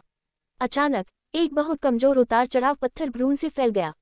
त्रिपाठी जीवप्ती की भौं झुक गई। सोच रहा था कि वह बहुत अधिक उम्मीद कर रहा था और भ्रम में था, लेकिन जब उन्होंने सावधानी से जांच करने के लिए अपनी दिव्य चेतना डिवाइन सेंस जारी की तो वह मुस्कुराने से नहीं रोक सके। पत्थर भ्रूण से वास्तव में एक उतार चढ़ाव आ रहा था। ये जीवन का उतार चढ़ाव था। जैसे कि एक एकल चिंगारी एक प्रेयरी आग शुरू कर सकती है। जब यह अत्यंत कमजोर उतार चढ़ाव फैल गया तो पत्थर भ्रूण पर गिरे शुद्ध स्वर्ण रक्त की बूंदों को अवशोषित करना शुरू हो गया। नग्न आंख को दिखाई देने वाली दर पर स्वर्ण रक्त जो पत्थर भ्रूण द्वारा स्वीकार नहीं किया गया था उसमें प्रवाहित होना शुरू हो गया। एस्टरस डोन डोन एस्टरस। एक दिल की धड़कन की आवाज एक बार फिर पहाड़ के शिखर के माध्यम से गूंज उठी। ये जीवन की ताल थी। त्रिपाठी जीवप्ती मुस्कुराए और पाषाण नेवला की आंखों में दुख गायब हो गया, घबराहट और चिंता से बदल गया। एस्टरस डोन डोन एस्टरस। आवाज तेज और तेज हो गई और प्रत्येक आवाज के बीच का अंतराल छोटा और छोटा हो गया। मूल रूप से बुझ गया जीवन का उतार चढ़ाव एक बार फिर पत्थर भ्रूण से फैल गया और मन प्रकाश एक बार फिर खिलना शुरू हो गया, लेकिन पहले के विपरीत इस बार प्रकाश सोने के संकेत के साथ खून के रंग का था, जो इसे एक रहस्यमय दिखावट देता था। पैटर्न पत्थर भ्रूण की सतह से एक के बाद एक उभरना शुरू हो गए, जैसे कि वे जीवित थे, चमकते और गायब होते थे। त्रिपाठी जीवप्ती ने आश्चर्य में अपनी जीभ को क्लिक किया। जब श्याओ श्याओ पैदा हुआ था उन्होंने कभी भी ऐसा दृश्य नहीं देखा था, इसलिए वह नहीं जानते थे कि यह पाषाण नेवला श्याओ श्याओ से कैसे अलग था। स्पार्कल स्वर्ण पाषाण नेवला का जन्म। सूरज डूबा और चांद उग गया और पलक झपकते ही 3 दिन बीत गए। त्रिपाठी जीवप्ती ने पहले ही पत्थर भ्रूण में अपना स्वर्ण रक्त टपकाना बंद कर दिया था और शुद्ध स्वर्ण रक्त की 20 to 30 बूंदों को अवशोषित करने के बाद पत्थर भ्रूण एक बार फिर चमकना शुरू हो गया। इस पल त्रिपाठी जीवप्ती और श्याओ श्याओ चिंता से इंतजार कर रहे थे। अचानक एक हल्की टूटने वाली आवाज बजी और त्रिपाठी जीवप्ती का भाव चमक उठा, क्योंकि उन्होंने जल्दी से देखा। एक नजर के साथ वह खुशी से अभिभूत होने से नहीं रोक सके, क्योंकि पत्थर भ्रूण पर एक छोटी दरार दिखाई दी थी। उस दरार के दिखाई देने के जल्द ही बाद एक के बाद एक और दरारें दिखाई दी। जल्द ही बाद पत्थर भ्रूण एक मकड़ी की तरह घने क्रिसक्रॉसिंग दरारों से ढका हुआ था। एस्टरस कचा एस्टरस। पत्थर भ्रूण टूट गया, भीतर पोषण किए जा रहे जीवन को प्रकट करते हुए। दूसरा पाषाण नेवला, एक चूजे की तरह जो अपने खोल से बाहर निकल रहा हो। इसने पत्थर भ्रूण से बाहर निकलने के लिए संघर्ष किया और इस नई और अजीब दुनिया को देखा। इसके आंदोलन बहुत अनाड़ी थे और ऐसा लगता था कि यह सिर्फ पैदा हुआ था, इसलिए इसे पत्थर भ्रूण से बाहर निकलने और जमीन पर बैठने में बहुत समय लगा। हालांकि ये वास्तव में एक सुनहरा पाषाण नेवला था, जिसने त्रिपाठी जीवप्ती को काफी हैरान कर दिया। इसका पूरा शरीर सुनहरा था, एक स्वर्ण कवच की तरह, और वह नहीं जानते थे कि क्या इसका ऐसे कोई लेना देना था कि उन्होंने इस पर कितना स्वर्ण रक्त टपकाया था। ठीक वैसे ही जैसे श्याओ श्याओ पैदा हुआ था, इस सुनहरे पाषाण नेवला ने बैठने के बाद जो पहली चीज की वह थी पत्थर भ्रूण के सभी टुकड़ों को अपने पेट में निगल जाना। इसकी गति इतनी तेज थी कि इसने चबाया भी नहीं। निगलने के बाद ये बस एकटक बैठा रहा, गतिहीन। श्याओ श्याओ दूसरी ओर ऊपर और नीचे कूद रहा था, स्पष्ट रूप से अत्यधिक खुश था। लेकिन यह इसका अंत नहीं था। यह अपने साथी की ओर दौड़ पड़ा, इसे उठाया, इसे अपने कंधे पर रखा और बिजली की तरह तेज गति से शिखर के चारों ओर दौड़ना शुरू कर दिया। गोल गोल गोल गोल गोल, इस एक टक को दोहराते हुए थकान का मामूली संकेत भी नहीं दिखा रहा था। त्रिपाठी जीवप्ती हंसने से नहीं रोक सके, लेकिन उसी समय उनकी भौं थोड़ी झुक गई। पाषाण नेवला जैसे जीव उच्च बुद्धिमत्ता के साथ पैदा नहीं हुए थे, और श्याओ श्याओ भी वही था। ये केवल खुश था कि उसका साथी सुरक्षित रूप से पैदा हुआ था और यह भविष्य में उसे कंपनी देने में सक्षम होगा। हालांकि त्रिपाठी जीवप्ती को एक स्पष्ट भावना थी कि कुछ गलत था। सुनहरे पाषाण नेवला के साथ कुछ गलत लगता था। बहुत देर बाद त्रिपाठी जीवप्ती आखिरकार श्याओ श्याओ को खेलने से रोकने के लिए बोले और इसे दूसरे पाषाण नेवला को नीचे रखने के लिए कहा। श्याओ श्याओ ने स्वाभाविक रूप से विरोध नहीं किया। तभी त्रिपाठी जीवप्ती ने सावधानी से इसकी जांच करना शुरू कर दिया। थोड़ी देर बाद उनकी भौं और भी कड़ी हो गई। निश्चित रूप से कुछ गलत था। हालांकि यह सुनहरा पाषाण नेवला पैदा होने पर श्याओ श्याओ से अधिक मजबूत लगता था, इसकी बुद्धिमत्ता श्याओ श्याओ जितनी अच्छी नहीं थी। यहाँ तक कि यह भी कहा जा सकता था कि यह पूरी तरह से अराजक स्थिति में था। श्याओ श्याओ ने इसे नीचे रखने के बाद ये बस एक टक खड़ा रहा, श्याओ श्याओ की तुलना में बहुत कम जीवंत। त्रिपाठी जीवप्ती ने इसे कुछ आदेश देने की कोशिश की, लेकिन इसने बिल्कुल भी जवाब नहीं दिया। इसकी बुद्धिमत्ता अधूरी थी। त्रिपाठी जीवप्ती का भाव अंधेरा हो गया। हालांकि पाषाण कठपुतलियां, स्टोन पपेट्स, शुरुआत में उच्च समझ नहीं रखती थी, उनके पास अभी भी कुछ था। दूसरी ओर स्वर्ण पाषाण कठपुतली में लगभग कोई समझ नहीं थी, और त्रिपाठी जीवप्ती नहीं जानते थे कि क्या ये विभिन्न कठिनाइयों से संबंधित था जिनसे ये पैदा होने पर गुजरना पड़ा था। हालांकि सुनहरा पाषाण नेवला एक जीवित प्राणी था, ये एक मूर्ख से अलग नहीं था। वास्तव में यह एक मूर्ख से भी बदतर था। जब उन्हें इसका एहसास हुआ तो त्रिपाठी जीवप्ती चुप हो गए। सौभाग्य से श्याओ श्याओ ने इसे ध्यान नहीं दिया, अन्यथा वह नहीं जानते थे कि ये कितना दुखी होगा। जब वह गहरे विचारों में थे, श्याओ श्याओ ने अपना मुंह खोला और दुर्लभ अयस्क का एक टुकड़ा थूक दिया जिसे उसने परिष्कृत नहीं किया था, जैसे कि वह एक खजाना पेश कर रहा था, और उत्सुकता से इसे अपने साथी को सौंपा। सौभाग्य से हालांकि सुनहरे पाषाण नेवला में बुद्धिमत्ता नहीं थी, इसमें अभी भी सहज प्रतिक्रियाएं थी। ये वास्तव में दुर्लभ अयस्क को उठाना और उस पर कुतरना जानता था। एक कुरकुरी आवाज के साथ इसने अयस्क के 2-3 टुकड़ों को निगल लिया और फिर एक टक खड़ा रहा। श्याओ श्याओ को नहीं लगता था कि उसने अपने साथी को कैसे नाराज किया था जिसने उसे इतना ठंडा व्यवहार किया। उसने हैरानी में अपना सिर खुजलाया और केवल लगातार अधिक अयस्क बाहर निकाल सका और उन्हें अपने साथी को दिया। बाद वाले ने भी इनकार नहीं किया और दो छोटे लोग एक दूसरे के साथ बहुत अच्छी तरह से सहयोग करते थे। सुनहरे पाषाण नेवला को देखते हुए त्रिपाठी जीवप्ती ने थोड़ा सा सांस ली। हालांकि वर्तमान स्थिति पहले से बेहतर थी, यह अभी भी उत्तम नहीं थी। सौभाग्य से उन्होंने अपना सर्वश्रेष्ठ प्रदर्शन किया था। सुनहरे पाषाण नेवला में बुद्धिमत्ता नहीं थी, इसलिए वह कुछ नहीं कर सकते थे। इसे देखते हुए त्रिपाठी जीवप्ती का भाव बदल गया क्योंकि उन्होंने अचानक कुछ सोचा। उनका भाव उतार चढ़ाव कर रहा था। थोड़ी देर बाद उनकी आंखें चमक उठी क्योंकि उन्होंने सावधानी से सुनहरे पाषाण नेवला की जांच की। उनके चेहरे पर उत्तेजना चमक रही थी। उन्होंने अचानक सुनहरे पाषाण नेवला को अपने दम पर कार्य करने का एक तरीका सोचा। पाषाण नेवला वर्तमान में एक मूर्ख की तरह कार्य कर रहा था क्योंकि इसमें पूरी बुद्धिमत्ता नहीं थी। अगर वह इस समस्या को हल कर सकते तो उनकी सभी समस्याएं हल हो जाती। त्रिपाठी जीवप्ती इसकी बुद्धिमत्ता की भरपाई नहीं कर सकते थे, लेकिन वह इसे प्रत्यारोपित कर सकते थे। वह आत्मा विभाजन तकनीक, सोल फिशन टेक्निक जानते थे। आत्मा विभाजन तकनीक महान दानव देवता ग्रेट डेमोन गॉड द्वारा बनाई गई थी। टोंग जुआन क्षेत्र टोंग जुआन रील में महान दानव देवता की प्रतिभा अभूतपूर्व थी और इसे कभी पार नहीं किया जाएगा। त्रिपाठी जीवप्ती ने 9 स्वर पवित्र भूमि 9 हेवन होली लैंड के पवित्र मकबरे होली टूम में महान दानव देवता से स्वर्ण रक्त की एक बूंद प्राप्त की थी। इसे परिष्कृत करने के बाद उन्होंने महान दानव देवता की गुप्त तकनीकों सीक्रेट टेक्निक्स में से एक आत्मा विभाजन तकनीक को समझा। उस समय हालांकि त्रिपाठी जीवप्ती ने भी इस तकनीक की खेती की थी, वह एक उपयुक्त मेजबान नहीं ढूंढ पाए थे, इसलिए वह केवल अपने आत्मा क्लोन सोल क्लोन को अपने ज्ञान सागर नॉलेज सी में रख सके थे। बाद में टोंगजुआन क्षेत्र के क्षेत्र में प्रवेश करने और तैरते महाद्वीप फ्लोटिंग कॉन्टिनेंट में भटकने के बाद त्रिपाठी जीवप्ती को अंतरिक्ष श्रृंखला स्पेस एरे के संचालन का परीक्षण करने के लिए गुइजू द्वारा मजबूर किया गया था। उस समय त्रिपाठी जीवप्ती ने खुद को जोखिम में डालने की हिम्मत नहीं की और केवल अपने आत्मा क्लोन को अंतरिक्ष श्रृंखला में जारी कर सके थे। हालांकि उनके आत्मा क्लोन को बड़ा नुकसान हुआ और ये लगभग नष्ट हो गया। इतने सालों की खेती के बाद इसे अपनी मूल स्थिति में बहाल कर दिया गया था। इतना ही नहीं, बल्कि ये पहले से कई गुना अधिक मजबूत भी था। यह आत्मा क्लोन एक बहुत ही विशेष अस्तित्व था क्योंकि त्रिपाठी जीवप्ती ने इसे अकेले खेती की थी, इसलिए इसका उनके ज्ञान सागर के साथ ज्यादा शामिल नहीं था। यहाँ तक कि अगर यह गायब हो गया तो यह उन्हें प्रभावित नहीं करेगा। त्रिपाठी जीवप्ती ने सुनहरे पाषाण नेवला की बुद्धिमत्ता को ठीक करने के लिए एक तरीका सोचा है।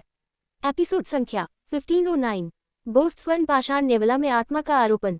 जब वह आत्मा विभाजन तकनीक सोल फिशन टेक्निक की खेती कर रहे थे त्रिपाठी जीवोक्ति यान का जानते थे कि जब तक वह एक उपयुक्त पोत ढूंढ सकते हैं और उसमें अपने आत्मा क्लोन सोल क्लोन को भर सकते हैं, वह एक ऐसे अस्तित्व का निर्माण कर सकते हैं जो एक अवतार एम्बोडेमेंट के समान हो, जिसे मुख्य शरीर के लिए असुविधाजनक स्थानों की यात्रा करने या मुख्य शरीर के लिए असुविधाजनक चीजें करने के लिए उपयोग किया जा सकता है।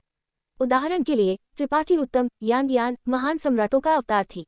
महान दानव देवता ग्रेट डेमोन गॉड केवल एक संत राजा था, लेकिन अपनी स्वर्ग विरोधी प्रतिभा के साथ उसने आत्मा विभाजन तकनीक को समझा और गुप्त तकनीक को समझा जो केवल महान सम्राट ही समझ सकते थे। इससे कोई भी देख सकता है कि एक किंवदंती के रूप में उनकी प्रतिष्ठा योग्य नहीं थी। पाषाण नेवला स्टोन मंगूस में समझ नहीं थी, लेकिन उसका शरीर पूरी तरह से ठीक था, तो क्या ये सबसे उपयुक्त पोत नहीं था? त्रिपाठी जीवोक्ति ने अपनी थोड़ी रगड़ी क्योंकि वह पाषाण नेवला को घूर रहे थे, एक शब्द भी नहीं कह रहे थे क्योंकि वह विचार कर रहे थे। बहुत देर बाद उन्होंने इसे आजमाने का फैसला किया। वह नहीं जानते थे कि ये सफल होगा या नहीं, लेकिन यह पाषाण नेवला को मनोभ्रंश की स्थिति में रहने देने से बेहतर था। श्याओ श्याओ जियाओ जियाओ को पास में खड़ा रहने का आदेश देते हुए त्रिपाठी जीवोक्ति पाषाण नेवला के सामने क्रॉस लेग बैठ गए और अपनी आध्यात्मिक ऊर्जा स्पिरिचुअल एनर्जी को सीमा तक धक्का दिया, अपने दिमाग से एक ग्रे छाया बुलाया। ये छाया कुछ भ्रामक और अस्थिर थी, लेकिन अगर कोई करीब से देखता तो उन्हें पता चलता कि ये कुछ हद तक त्रिपाठी जीवोक्ति की छवि के समान थी। ये स्वाभाविक रूप से आत्मा क्लोन था जिसे त्रिपाठी जीवोक्ति ने कई सालों से अपने ज्ञान सागर नॉलेज सीख में पोषण किया था। यह आत्मा क्लोन सीधे पाषाण नेवला के दिमाग में दौड़ पड़ा और पलक झपकते ही गायब हो गया। क्रॉस्ड स्वॉर्ड्स अभियान के लिए प्रस्थान। हाई स्काई संप्रदाय सोआरिंग हेवन सेक्ट सम्मेलन भवन कॉन्फ्रेंस हॉल। संप्रदाय में सभी उत्पत्ति प्रत्यावर्तन कोटि ओरिजिन रिटर्निंग रील के साधक यहाँ एकत्रित थे, जिनका नेतृत्व महान वृद्ध ये शियुन कर रहे थे।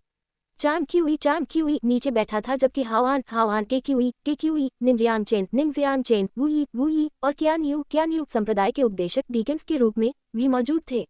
इतना ही नहीं, बल्कि कियानटोंग और फीजीतू भी मौजूद थे।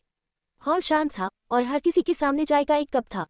शिष्य लगातार ठंडी चाय को बदलने के लिए आगे आ रहे थे।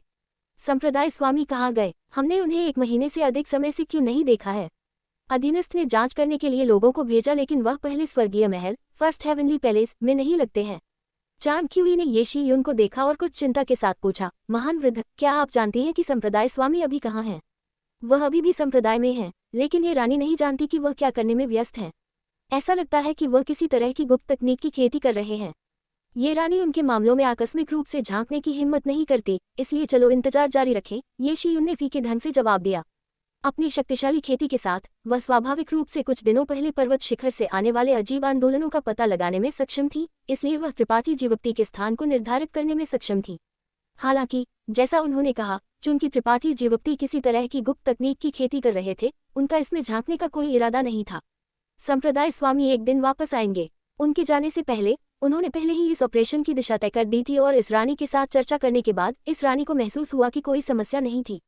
इस बार आप सभी उनके साथ जाएंगे, इसलिए संप्रदाय को उपदेशक वुई और उपदेशक कियान यू के लिए छोड़ दिया जाएगा। जी हाँ, वुई और कियान यू ने सिर हिलाया। इसके अलावा वृद्ध हुआन वर्तमान में सफलता प्राप्त करने के लिए एकांतवास में है, इसलिए आपको उनकी अच्छी तरह से देखभाल करनी चाहिए और किसी को उन्हें परेशान नहीं करने देना चाहिए। जहाँ तक योन की बात है, वह छोटी लड़की बहुत जीवंत और सक्रिय है। एक बार जब ये रानी चली जाएगी तो वह बेचैन हो सकती है, इसलिए आप दोनों को खेती करते समय उस पर नजर रखनी चाहिए। महान वृद्ध आराम कर सकती हैं, बड़ी बहन कियान यू और मैं संप्रदाय में सब कुछ संभाल लेंगे, लेकिन सभी को सुरक्षित वापस आना चाहिए, वुई ने गंभीरता से कहा।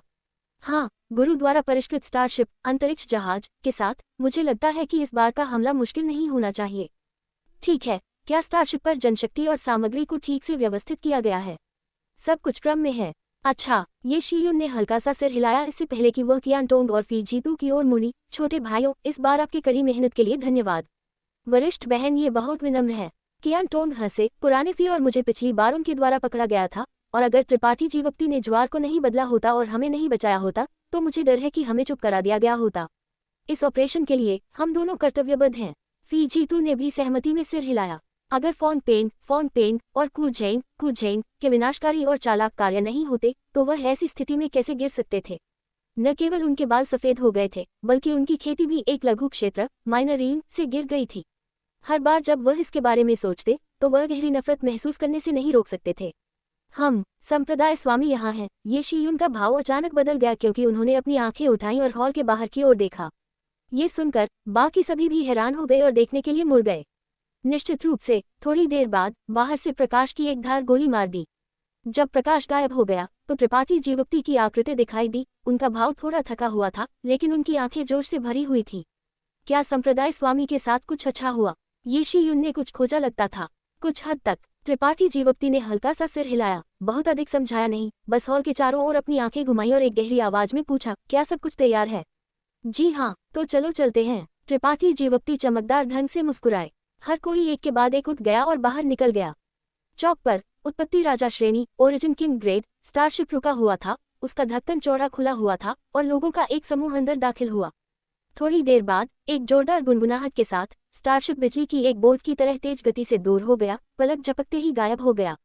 क्लासिकल बिल्डिंग स्वर्ग युद्ध शहर की हलचल। स्वर्ग युद्ध शहर हेवन बैटलिंग सिटी एक ऊंचा शहर था जो एक विशाल क्षेत्र को कवर करता था। करोड़ों साधक पूरे साल शहर में सक्रिय थे और कई बड़े और छोटी दुकानें थीं। ये स्वर्ग युद्ध संघ हेवन बैटलिंग यूनियन का मुख्यालय था। छायांकित तारा शैडो स्टार के दो दिग्गजों में से एक के रूप में स्वर्ग युद्ध संघ में एक सुनहरा साइनबोर्ड था जो स्वाभाविक रूप से इस शहर में अनगिनत साधकों को आकर्षित करता था। कुछ लोग एक सदस्य के रूप में स्वर्ग युद्ध संघ में शामिल होने की उम्मीद करते थे, कुछ लोग यहाँ अवसरों की तलाश कर रहे थे, जबकि अन्य सेंट क्रिस्टल्स कमाने के लिए यहाँ दुकानें स्थापित करते थे। स्वर्ग युद्ध शहर छायांकित तारा पर सबसे बड़ा शहर था। ये शहर एक आंतरिक शहर इनर सिटी और एक बाहरी शहर आउटर सिटी में विभाजित था। बाहरी शहर वह जगह थी जहां स्वर्ग युद्ध संघ ने बाहरी दुनिया के साधकों के साथ बातचीत की और विभिन्न दुकानें यहां बिखरी हुई थी, जबकि आंतरिक शहर केवल स्वर्ग युद्ध संघ के शिष्यों के लिए सुलभ था। किसी भी अतिक्रमणकारी को बिना दया के मार दिया जाएगा। स्वर्ग युद्ध शहर हजारों सालों से छायांकित तारा पर खड़ा था और केवल अधिक से अधिक समृद्ध हुआ था। ये स्वर्ग युद्ध संघ की ताकत से अविभाज्य था। हर महान शक्ति के उतार चढ़ाव होते हैं और स्वर्ग युद्ध संघ कोई अपवाद नहीं था। हालांकि इसकी प्रतिष्ठा महान थी, ये हमेशा कुछ दुश्मनों को उकसाएगा। पिछले 10,000 सालों में स्वर्ग युद्ध शहर पर शक्तिशाली दुश्मनों द्वारा कई बार हमला किया गया था, लेकिन हर बार ये बचने में सक्षम रहा था। यहाँ तक कि जब स्वर्ग युद्ध संघ अपने सबसे कमजोर था और मास्टर्स की कमी थी, तब भी ये पकड़े रहने में सक्षम रहा था। सबसे खतरनाक समय कई हजार साल पहले था जब प्राचीन यांग संप्रदाय एंशियंट यांग सेक्ट ने एक भयंकर हमला शुरू किया था। उस समय छायांकित तारा पर स्वर्ग युद्ध संघ और मेघ ज्योति संप्रदाय थंडर लाइट सेक्ट के अलावा प्राचीन यांग संप्रदाय भी था जो इन दो महान शक्तियों के बराबर खड़ा था। किसी अज्ञात कारण से प्राचीन यांग संप्रदाय और स्वर्ग युद्ध संघ का एक संघर्ष था जो आखिरकार तलवारों के टकराव में परिणत हुआ। उस समय स्वर्ग युद्ध संघ 3 महान शक्तियों में सबसे कमजोर था और उसके पास कई मास्टर्स नहीं थे, इसलिए वह केवल असहाय रूप से रक्षा कर सका। प्राचीन यांग संप्रदाय ने शहर पर हमला करने के लिए अपने सभी अभिजात वर्गों को भेजा, जिससे स्वर्ग युद्ध संघ एक खतरनाक स्थिति में आ गया। हालांकि एक महान लड़ाई के बाद स्वर्ग युद्ध संघ को भारी नुकसान हुआ, यह अभी भी पकड़े रहने में सक्षम था, जबकि प्राचीन यांग संप्रदाय को भारी हताहत हुए और वह केवल पीछे हटने में सक्षम था। उस समय स्वर्ग युद्ध संघ आंतरिक शहर में असंख्य बर्फ आत्मासील महान श्रृंखला myriad ice spirit sealing grand array पर निर्भर था। साधारण संप्रदाय शायद ही कभी एक शहर में अपना मुख्यालय स्थापित करेंगे, उनमें से अधिकांश पहाड़ों में अपना मुख्यालय स्थापित करना चुनते हैं। आखिरकार इतने सारे लोगों के आने जाने के साथ संसार ऊर्जा वर्ल्ड एनर्जी को भटकाया जाएगा, जो संप्रदाय के शिष्यों की खेती के लिए अनुकूल नहीं था। हालांकि यह अफवाह थी कि स्वर्ग युद्ध संघ ने स्वर्ग युद्ध शहर में अपना मुख्यालय स्थापित करना इसलिए चुना क्योंकि आंतरिक शहर में एक जमी हुई जड़े बर्फ वसंत फ्रोजन जड़े आइस स्प्रिंग था। इस जमी हुई जड़े बर्फ वसंत से उत्सर्जित अनंत ठंडी ऊर्जा ने असंख्य बर्फ आत्मासील महान श्रृंखला की शक्ति का गठन किया। यह आत्मासील महान श्रृंखला भी इस बर्फ वसंत को अपनी श्रृंखला कोर एरे कोर के रूप में व्यवस्थित किया गया था। उस लड़ाई के बाद असंख्य बर्फ आत्मासील महान श्रृंखला की ख्याति छायांकित तारा में दूर दूर तक फैल गई। बाद में प्राचीन यांग संप्रदाय ने तारामंडल सम्राट पर्वत स्टार एम्परर माउंटेन को नाराज किया और रात भर नष्ट हो गया। प्राचीन यांग संप्रदाय के खंडहर तब प्रसिद्ध भव्य दफन घाटी ग्रैंड ब्यूरियल वैली बन गए। त्रिपाठी जीवोक्ति और त्रिपाठी उत्तम ने एक बार इस जगह का दौरा किया था और यह वहां से था कि त्रिपाठी जीवोक्ति ने सूर्य का सच्चा सार सन सट्रू एसेंस और 10,000 साल की बर्फ जड़े चौकी 10,000 ईयर आइस जड़े पेडेस्टल, साथ ही उनकी 5 तत्व अविनाशी तलवार शक्ति 5 एलिमेंट्स इंडिस्ट्रक्टिबल स्वॉर्ड क्यूई प्राप्त की थी। प्राचीन यांग संप्रदाय के हस्तक्षेप के बिना स्वर्ग युद्ध संघ पनपने में सक्षम था, अन्यथा यह अज्ञात था कि क्या आज कोई स्वर्ग युद्ध संघ भी होगा। मूल रूप से छायांकित तारा के 2 दिग्गजों में से एक के रूप में ये हमेशा अन्य संप्रदाय और महान शक्तियां रही हैं जो अपनी इच्छा पर कार्य करती थी। हालांकि 2 महीने पहले से शहर में कुछ अफवाहें और अपमान फैल रहे थे। यह अफवाह थी कि स्वर्ग युद्ध संघ ने किसी को नाराज किया था जिसे उसे नाराज नहीं करना चाहिए था और अब एक बहुत बुरी स्थिति में था, जैसे ये पतली बर्फ पर चल रहा था। जब ये खबर फैली तो 90% लोगों ने इस पर हंसी उड़ाई। स्वर्ग युद्ध संघ ने किस तरह के व्यक्ति को नाराज किया होगा कि उसे इतनी सावधानी से कार्य करने की जरूरत थी। ये पहले से ही काफी अच्छा था कि स्वर्ग युद्ध संघ ने दूसरों के साथ परेशानी नहीं मांगी, तो बाघ की मूंछों को सहलाने की हिम्मत कौन करेगा। तारामंडल सम्राट पर्वत के अलावा जो स्वर्ग युद्ध संघ को समर्पित करने के लिए मजबूर कर सकता था, यहाँ तक कि मेघ ज्योति संप्रदाय थंडर टाइफून सेक्ट में भी ऐसा करने की क्षमता नहीं थी। हालांकि आग के बिना धुआं नहीं होता, और स्वर्ग युद्ध संघ के बाद के प्रतिबंध ने कई लोगों को यह अनुमान लगाने के लिए मजबूर किया कि क्या चल रहा था। स्वर्ग युद्ध संघ अनगिनत सालों से शक्तिशाली रहा था और घमंड और दबंगई से कार्य करता था। कई संप्रदाय और परिवार जो इसके सामने समर्पित होने के लिए अनिच्छुक थे, उन्हें खत्म कर दिया गया था, और यहाँ तक कि जो समर्पित होने के लिए तैयार थे उनका भी शोषण किया गया था। इसलिए स्वाभाविक रूप से कई लोगों ने इसे हड्डी तक नफरत की। अब जब स्थिति बदल गई थी तो कई लोग इसके लिए इंतजार करने से नहीं रोक सके। कई लोगों ने सोचा कि क्या स्वर्ग युद्ध संघ ने वास्तव में तारामंडल सम्राट पर्वत को नाराज किया था। क्या ये हो सकता है कि यह प्राचीन यांग संप्रदाय के नक्शे कदम पर चलने वाला था? अगर ऐसा था तो ये बहुत अच्छी खबर होगी। किसी भी मामले में शहर में आज वातावरण वास्तव में पहले से अलग था। हर जगह कोई भी स्वर्ग युद्ध संघ के शिष्यों को जल्दी करते हुए देख सकता था। ये लोग वास्तव में पागलपन से सभी प्रकार की सामग्रियों की खरीद कर रहे थे, जैसे कि वे किसी महत्वपूर्ण घटना के लिए पहले से तैयारी कर रहे थे। इस पल शहर के ऊपर दो प्रथम कोटि उत्पत्ति प्रत्यावर्तन कोटि के साधक धीरे धीरे उड़ रहे थे।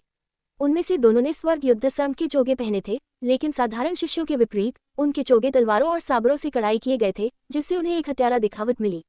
कानून प्रवर्तक, लॉ एनफोर्सर्स। स्वर्ग युद्ध शहर एक बड़ा शहर था, इसलिए स्वाभाविक रूप से शहर में गश्त करने वाले कानून प्रवर्तक थे।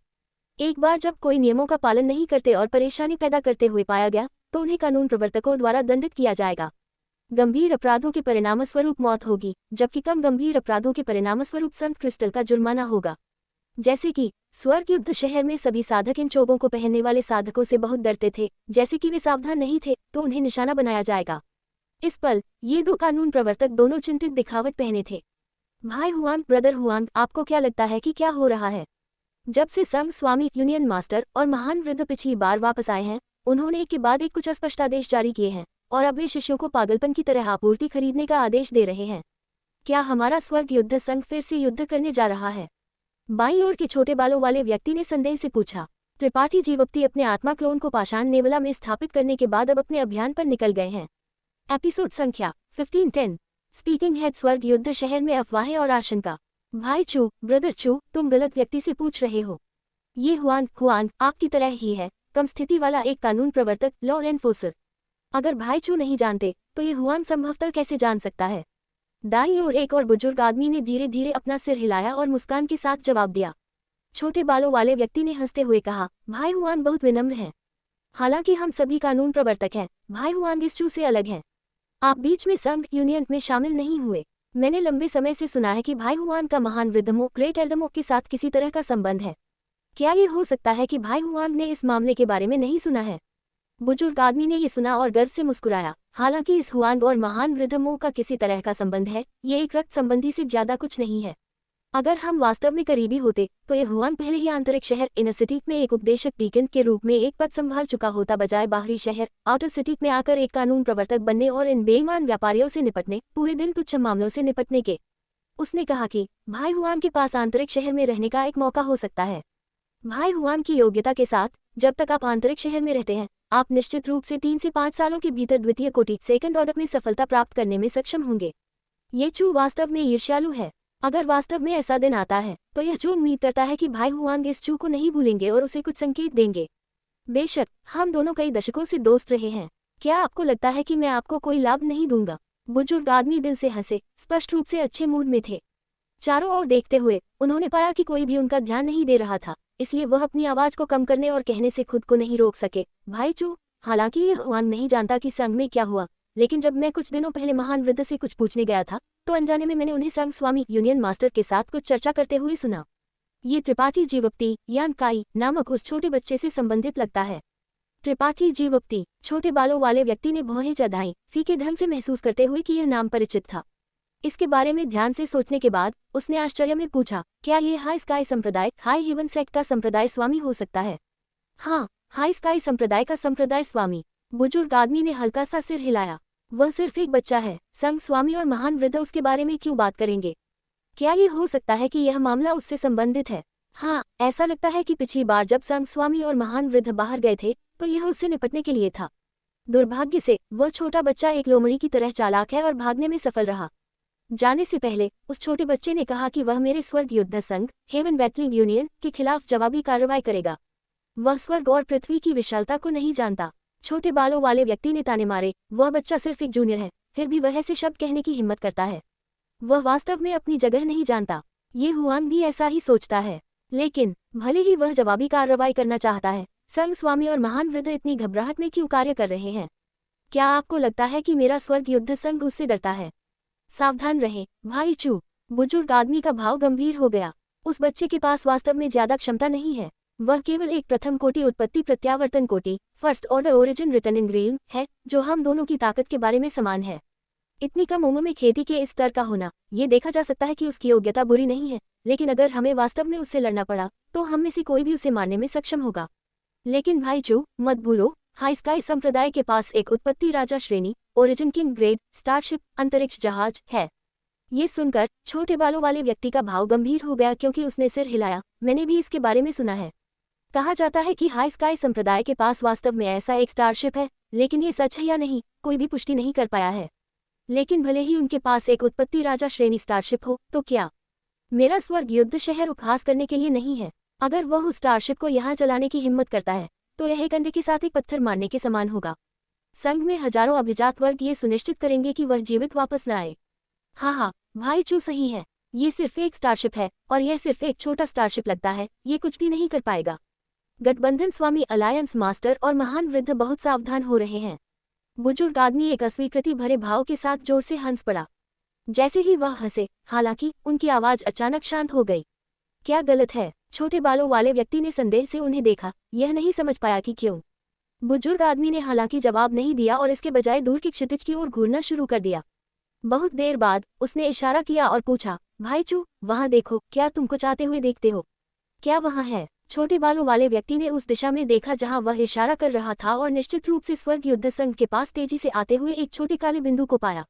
ये काला बिंदु मूल रूप से अस्पष्ट था और क्योंकि यह बहुत दूर था, यह देखना असंभव था कि यह क्या था। लेकिन जल्द ही दो लोगों की दृष्टि में एक स्पष्ट रूपरेखा दिखाई दी। ये एक लंबा, शटल के आकार का गहरा स्टारशिप निकला। पलक झपकते ही स्टारशिप स्वर्ग युद्ध शहर के बाहर 50 किलोमीटर पर आ गया था और शहर के ठीक बाहर रुक गया। एक स्टारशिप! छोटे बालों वाले व्यक्ति और बुजुर्ग आदमी ने एक ही समय में चिल्लाया। एक ऊर्जा उतार चढ़ाव जो लोगों के दिल को असुविधाजनक रूप से धड़काता था, युद्धपोत से बाहर आया। हालांकि यह बड़ा नहीं था, केवल कुछ दर्जन मीटर लंबा था। इस गहरे काले युद्धपोत का सामना करते हुए उन दोनों को महसूस हुआ जैसे वे एक ऊंचे पहाड़ का सामना कर रहे थे जिसे वे चढ़ नहीं सकते थे। वे अकारण डर गए थे। एक उत्पत्ति राजा श्रेणी स्टारशिप!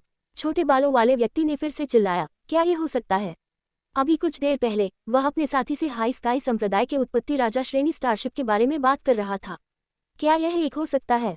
आखिरकार छायांकित तारा कलाकृति परिष्कृत आर्टिफैक्ट रिफाइनिंग द्वारा सीमित था, इसलिए वहां कभी भी उत्पत्ति राजा श्रेणी स्टारशिप नहीं था। उत्पत्ति राजा श्रेणी स्टारशिप को अकेला छोड़ दे, यहाँ तक कि एक उत्पत्ति श्रेणी मध्य श्रेणी origin grade mid rank starship भी कभी दिखाई नहीं दिया था। तो केवल एक स्पष्टीकरण था।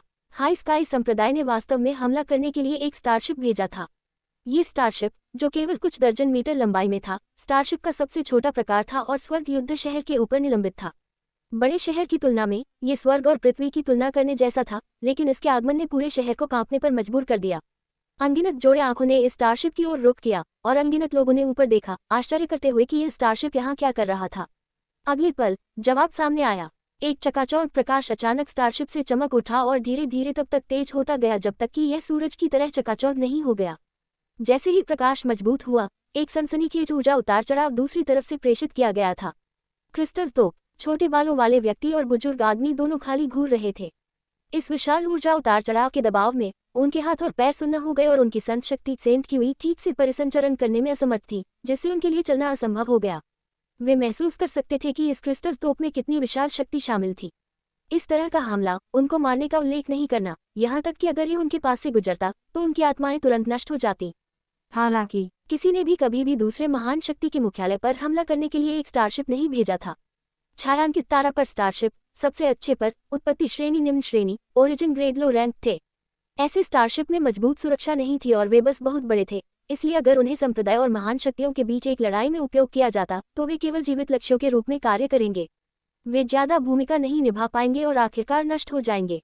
लेकिन आज स्वर्ग युद्ध शहर में करोड़ों साधकों ने एक अविश्वसनीय घटना देखी। एक स्टारशिप वास्तव में स्वर्ग युद्ध शहर के बाहर आ गया था और अपनी क्रिस्टल तोप का उपयोग किया था, संभवतः स्वर्ग युद्ध शहर पर हमला करने का इरादा रखता था। जैसे ही हर कोई भ्रम में था, युद्धपोत से प्रकाश की एक चमकीली किरण गोली मार दी। ये शांत था, लेकिन इसने अपने रास्ते में सब कुछ नष्ट कर दिया, अपने रास्ते में सभी घरों और इमारतों को धूल में बदल दिया। यहाँ तक कि शून्य वॉइड भी मारा गया था, इस पर एक दृश्य चिन्ह छोड़कर। Asterisk Hong long long asterisk. थोड़ी देर बाद स्वर्ग युद्ध शहर के अंदर से एक गड़गड़ाहट की आवाज आई, क्योंकि क्रिस्टल तोप की प्रकाश की किरण अपने रास्ते में सब कुछ स्वीप कर रही थी। हिंसक ऊर्जा उतार चढ़ाव अभी भी अराजक थे, जैसे कि यहाँ तक कि संसार के सिद्धांत वर्ल्ड प्रिंसिपल्स भी कम समय में क्रिस्टल तोप के कारण हुए नुकसान की मरम्मत नहीं कर सकते थे। कोई हताहत नहीं हुआ। क्रिस्टल तोप ने केवल स्वर्ग युद्ध शहर में कई इमारतों को नष्ट कर दिया। जाहिर है, ये सिर्फ ताकत का एक प्रदर्शन था। अच्छा नहीं, जल्दी से आंतरिक शहर में वृद्धों एल्डर्स को इसकी रिपोर्ट करो। छोटे बालों वाले व्यक्ति और बुजुर्ग आदमी दोनों ने अपनी रीढ़ की हड्डी में ठंडक महसूस की, क्योंकि उन्होंने चिल्लाया, अब जगह पर रहने की हिम्मत नहीं की और अपने स्टार शटल अंतरिक्ष शटल पर आंतरिक शहर की ओर उड़ गए। उन दोनों ने अभी इतना शेखी बघार लिया था, लेकिन ऐसे मजबूत दुश्मन के सामने वे केवल भाग सकते थे। उन्हें याद दिलाने की कोई जरूरत नहीं थी, क्योंकि क्रिस्टल तोप के दागने के बाद पूरा स्वर्ग युद्ध शहर अराजकता में गिर